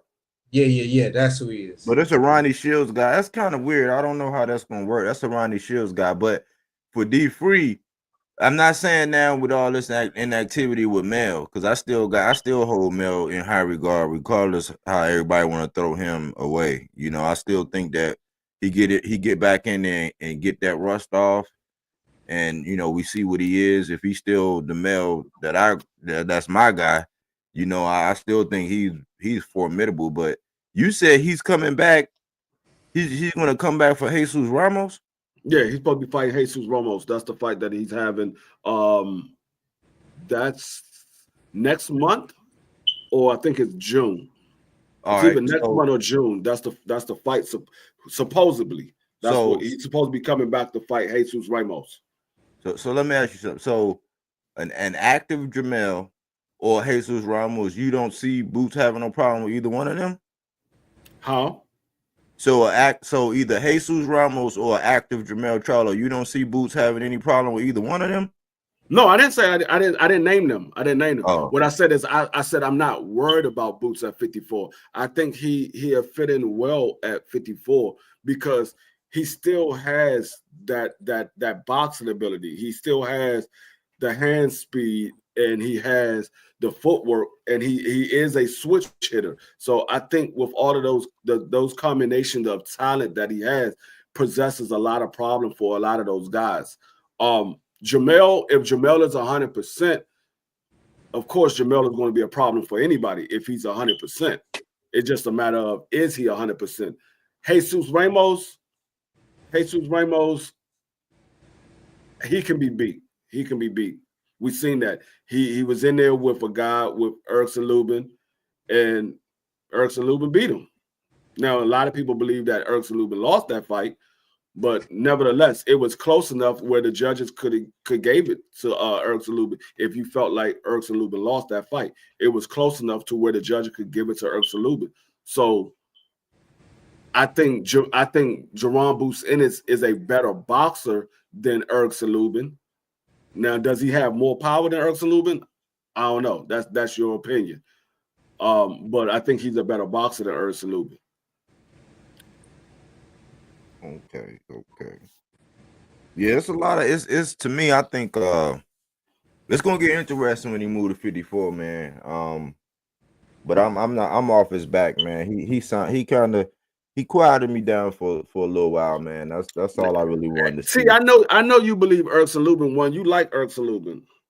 No, I mean, I ride with Eriksen. I mean, I'm not like the biggest. I'm not like I'm talking about Southern Teeth. I'm talking about Southern Teeth. I kind of had I scored that fight in real time, and I was like, the commentating kind of sucked, but I had him winning. I had Eriksen winning that fight. I did. It was a close fight. I mean, close. I'm not mad either way it went. Like I said, there's a lot of people that believe that Jesus Ramos won that fight. They believe Eriksen Lubin got a gift. I mean, according to his corner, they believe they got a gift because they was like, man, you need this last round, dog. You need this last round. So I mean, they thought they had lost, and when they said they got that decision, they was jumping for joy. They got up out of there quick. He said he won pretty easy. Nah, that was a close fight. It wasn't no pretty easy, nothing. It was because of the back end of the fight. I think he took control. He was Eriksen Lubin was kind of front running, and Jesus, he came on later on. Like, because a lot of these fighters, man, this is what I'm starting to see. The guys that fall asleep in the middle rounds, it's like they fall asleep at the wheel, and they make it more controversial because I don't know if it be gas tank or whatever, but I think Jesus Ramos kind of closed the fight out stronger, but I think Lubin kind of banked enough rounds early. And when he did, Lubin fought since they won that fight? No. That's the thing that I'm missing. I'm like, damn, have Lubin fought since then? Because I think people be they be kind of ducking Lubin. I gotta give them. I think they be like, well, why should I? He lost. They play that game. It's like, nah, you got to do like Mel did, where he ran the gauntlet. I think Lubin got dropped from PBC because he's on Pro Box now. That fight is on Pro Box. I think he got dropped. He ain't with Cunningham no more either, though. So, he with that trainer from Pro Box that pretty much trained a lot of them guys from Pro Box. But with 54, man, it's some dark horses. You still got Conwell, who's like highly avoided. You got Bachram, who nobody would say his name. You still got Boachuk, who really I think Boachuk really won that fight against Virgil. You got Virgil himself. I don't know what they're gonna do with Madrimov, but you got Fondor, you got Xander Damn. Diaz. That man been out of the ring for almost 2 years. Yeah. That like his Yeah, last fight they are avoiding Lubin, man. That Lubin could put you out, man. They are, because think about it. Lubin got stubborn against Erickson. Lubin got stubborn against Fondor. He got stubborn and he stood right in front of him for way too long. You know what I'm saying? He was in the danger zone for way too long, and it took Coach Kevin Cunningham to call that fight, to call it off. But Lubin actually he dropped Fondor. He made him take a knee. So had he been back on his boxing, because Lubin still got some power, you know. So and people were using that. They do this. Let's not play games like they don't act like, oh, what does he have to offer? Or what does he bring? Even though it's still the legit tough scrap. Lubin ain't no walk in the park. People look at the fact that what happened with Fondor and the fact that Mel knocked him out early, and they discount him off of that. But like, people was not signing up just to jump in the ring with Lubin. They not, you know what I'm saying? He's still a formidable guy, man. He got to get his opportunities in, man. Yeah, I mean, yeah. I'm talking to the Mexican boxing dude. Yeah, that was September of 2023. Damn. That's a long ass time to be a champion and you ain't fight a mandatory. That's what I'm trying to figure out. He was a champion. Or was he? No, he was an interim champion. He was an interim champion. He got the He didn't capitalize on his momentum after the Ramos fight, and I don't know why. He didn't capitalize off that momentum when he edged that fight. Yeah, he should have capitalized on it, because that was. I mean, well, I ain't gonna say he should have capitalized, because I don't know what happened behind the scenes, why he didn't get any fights lined up after that. I mean, worst case scenario, I would have said, I mean, if they're not trying to give me no more fight, let's run it back with Jesus Ramos so I can show y'all that I beat that man convincingly. I mean, I'd have did that just to stay busy, because that man hasn't fought since September of 2023. So, I mean, and the dude that he's about to fight, this dude just fought. I just seen him fight. He fought 12-12-24. He fought Edwin Hermain Jr. Edwin Hermain Jr. Whoever that is. You talking about Adriel Holmes? You talking about Adriel? Yeah, Adriel Holmes. He just fought in December of 24. So he's 17-0 with 6 knockouts. He's not a big puncher. So, I mean, he probably get beat up by Erickson Lubin. He's not a big puncher. You ain't got Erickson Lubin ain't got to worry about nothing. He probably beat him up. Probably beat him up. I'm just being honest. Out of what's the guy name you said again? Adriel Holmes. Adriel Holmes. Yeah, he probably get beat up. But you got Thurman back.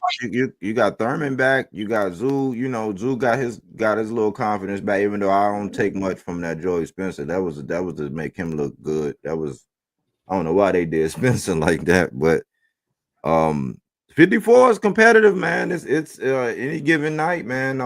Them guys, it ain't no walk in the park up there for none of them guys, man. Hey, tell Virgil stop ducking Xander. Tell Virgil stop ducking Xander.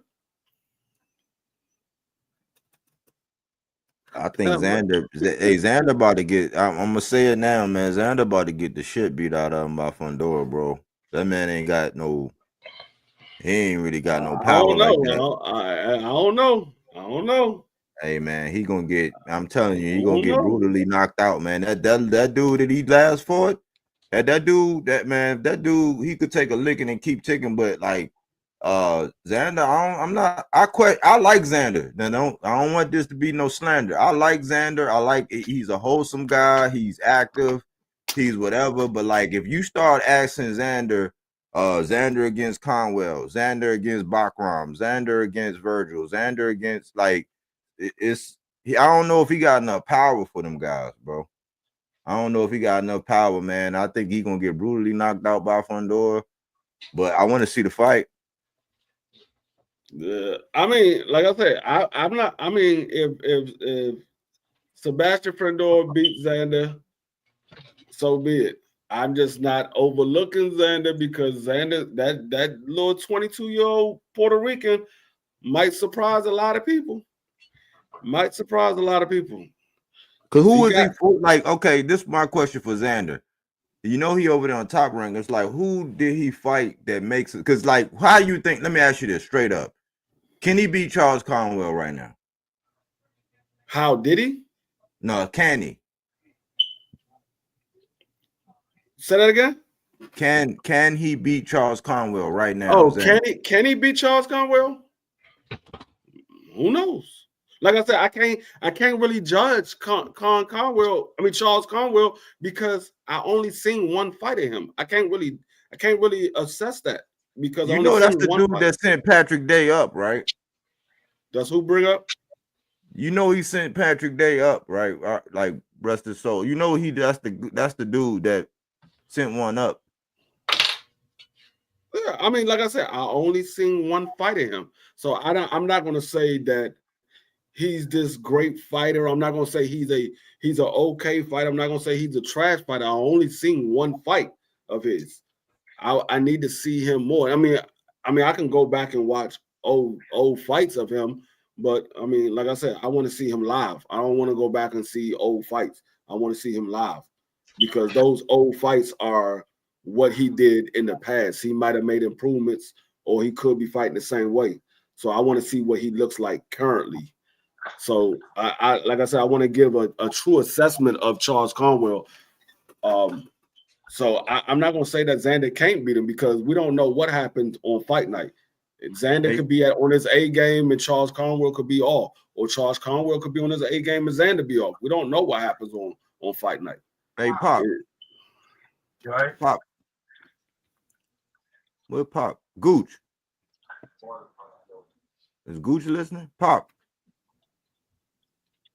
Pop probably drinking something. My bad. Gooch. Can Xander, like, where you at on Xander? Can Xander beat Charles Conwell right now? Yeah. Huh? I don't think so. Me personally, I don't know, bro. That's. Well, where do you gauge Xander on the map as far as all these other 54s? Like, where do you put him at? Is he ready? I don't think he is yet. That's just me. I think he needs a couple more. But then who would be his next one to getting ready? Is the question for me. If Castaño will come out the bushes, I don't know what happened. I would like to see that fight. I think Man, that man retired. That man he retired. Did? He had to. That man had that. It's been what, 4 years? Right. If they ain't fought 4 years, they might as well retire. That's how I see it. Yeah, it's been like 4 years since he lost to Jamel Charlo. That was in 2021. I would say him And that was like January of 2021 or February, somewhere around there. You can Let get. me go back and look. Can he beat Zoo? Can Xander beat Zoo? Can he beat Lubin? I think he could. Will he is a different story. I think he could beat Lubin. What about Tim Zoo? I think he could beat Tim Zoo too. What about Boachuk? Burchak, that was the one that fought Virgil. Yeah, I think he could beat him. Well, I'm not okay. worried Well, about by that. your standards, he ready then. Okay, he I ready. I think he is ready. I think he is ready. Okay, yeah. All right. Yeah, Brian Castano. Who would it be? No, they fought in 2022. The second fight was in 2022. He fought May of 2022 was the second fight. So it's been 3 years. It's about to be May now. It's been 3 years since we saw Brian Castano. He hasn't fought since then. He only had 20 fights. He got 1 loss to Jamel Charlo and 2 draws, 17 wins, 12 of them by knockout. He hasn't fought since Jamel Charlo, 2022. So it's been 3 years. So I don't know. I think that man retired. You sit out 3 years and you took 1 loss. You sit out 3 years, you done. You wasn't that active as it is. This man fought in the amateurs with Earl Spence. This man only had 20 fights. Oh yeah, his career. Yeah, that's a wrap for him. Oh, I was asking you, Pop, can Xander beat Charles Conwell right now? No. Can he beat Tim Tszyu? I give him Tim Tszyu, yeah. Can he beat Fundora? That's what he's going for. I don't know. Can he beat Lubin?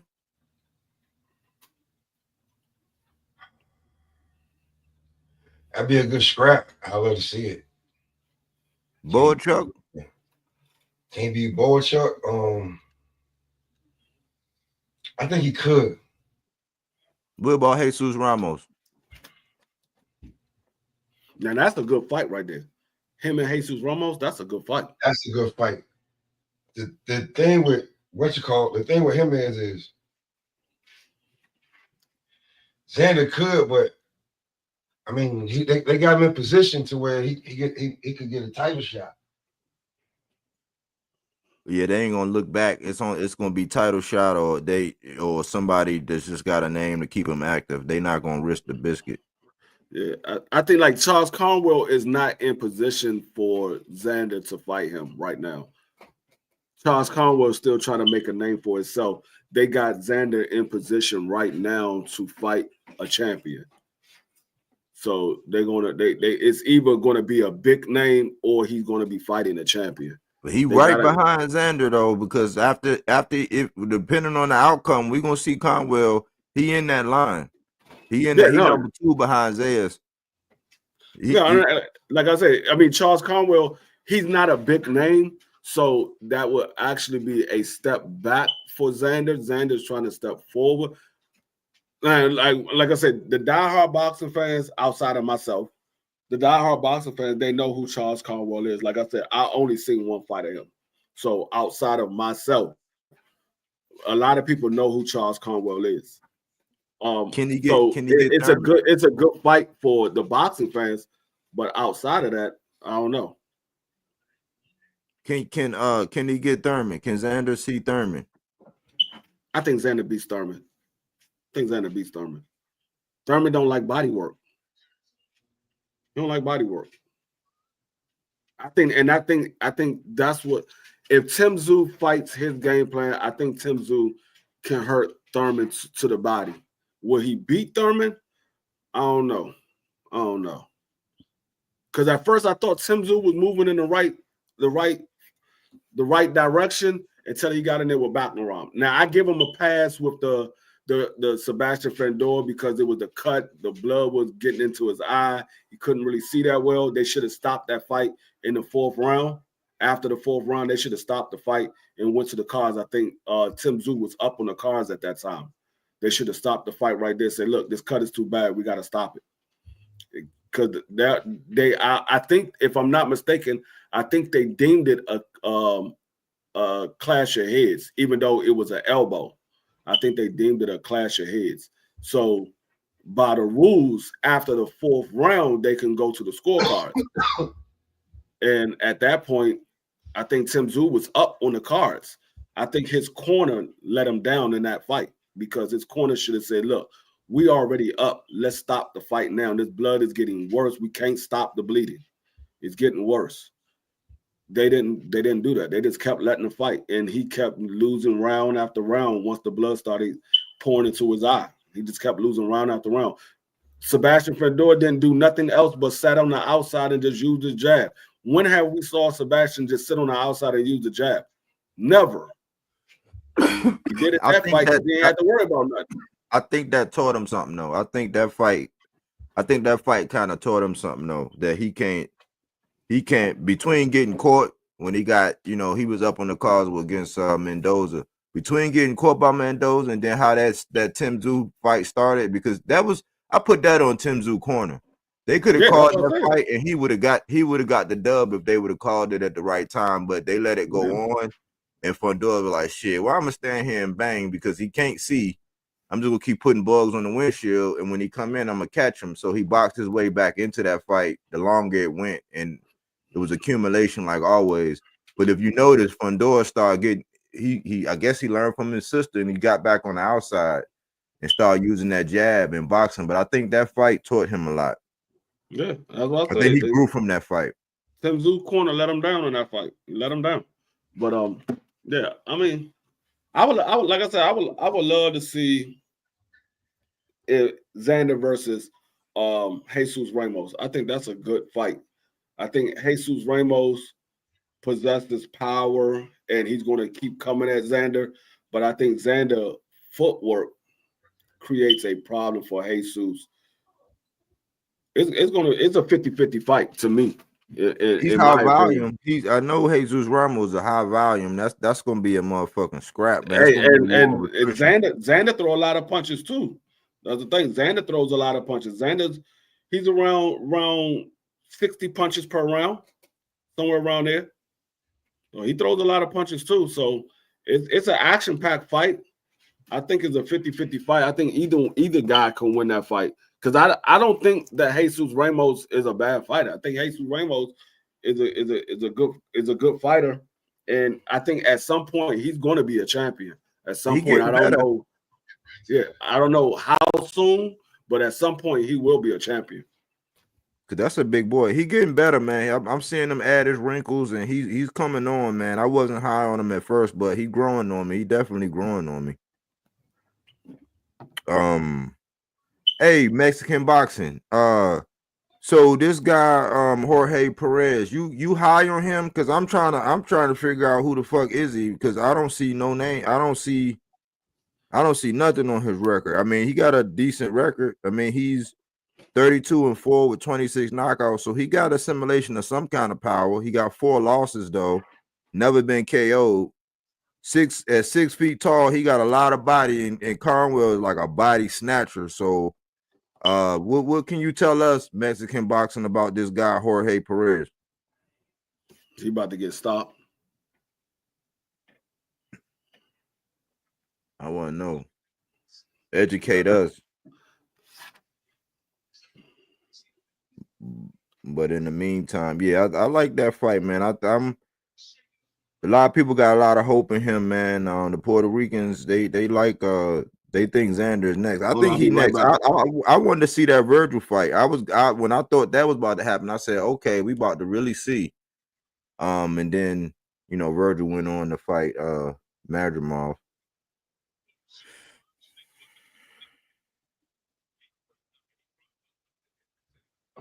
He hits hard and has a chin. Okay.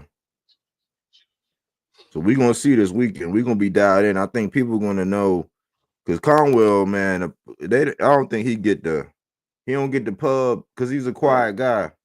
He don't get the pub that he need, man. I think he's I think he a boogeyman of some sorts, man. I think he is, man. Charles Conway definitely a boogeyman. Everybody ain't trying to get in the ring with him.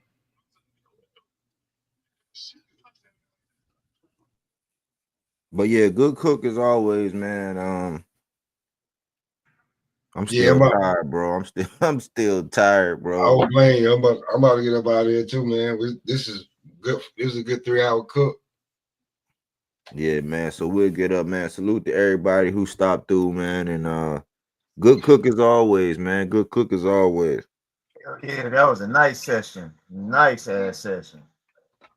Yeah, I'm being grandpa cooking and everything in the middle of the shit, bro. So my bad that I put too much into it because it just got hectic for me. I had to put me on mute for a minute.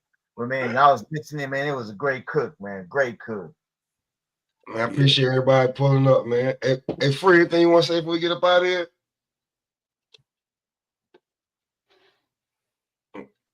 Free probably on a whole other show. But till next time, man.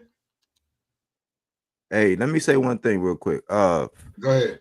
If you catch me on my channel, right, and you think I'm the type, I don't do the whole I'm a mute you and silence you. Yes, I do my format where I go through and get all my talking points out. And then if you stick around and you want to chop it up, I always afford people the ability to get on there and chop it up. Nobody ever really clicks the link.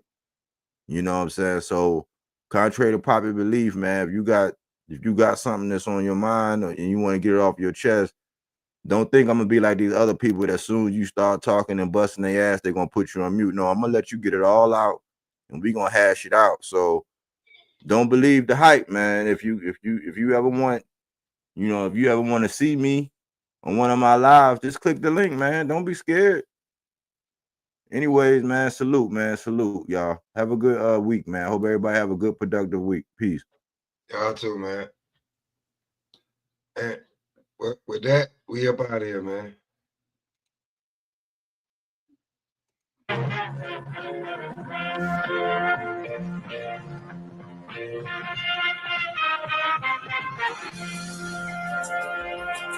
This is supposed to be pretty good. It will be, brother.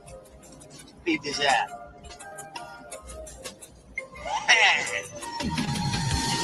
Yo, money. You think this race that you know the high power shit? Brother, we gonna come off like the mob. You understand what I'm saying? We out here, say the hustlers prayer. We out here, say the hustlers nigga, all we know is crack sales, incorrect bills, and lost hope. No education, my occupation is selling coke. Sick and tired of being broke, so I got me a pack. You be tricking on these bitches, I be letting it stack. Pulling water, baking soda, and some Yola got me bubbling. Broke my grandma's heart, she heard I was hustling. Something gotta give, yeah, I gotta live. They want me dead on the 12 by 12 with time on my head. Fuck that, tell them niggas wait on that. The 1st to 15th fiends wait on that. He's a few grams short, put some weight on that. Plug through a few extra, he know I'll be right back. It's like that, when they see you winning, they don't like that. 4-4 bulldog, in case I gotta bite back. I need 100 mil before I go. Any day could be your last, boy, you never know. So we out here, say the hustlers prayer. We out here, say the hustlers prayer. If the game shakes me or breaks me, I hope it makes me a better man. Take a better stand, put money in my mom's hand. Get my daughter this college plan, so she don't need no man. If the game shakes me or breaks me, I hope it makes me a better man. Take a better stand, put money in my mom's hand. Get my daughter this college plan, so she don't need no man. We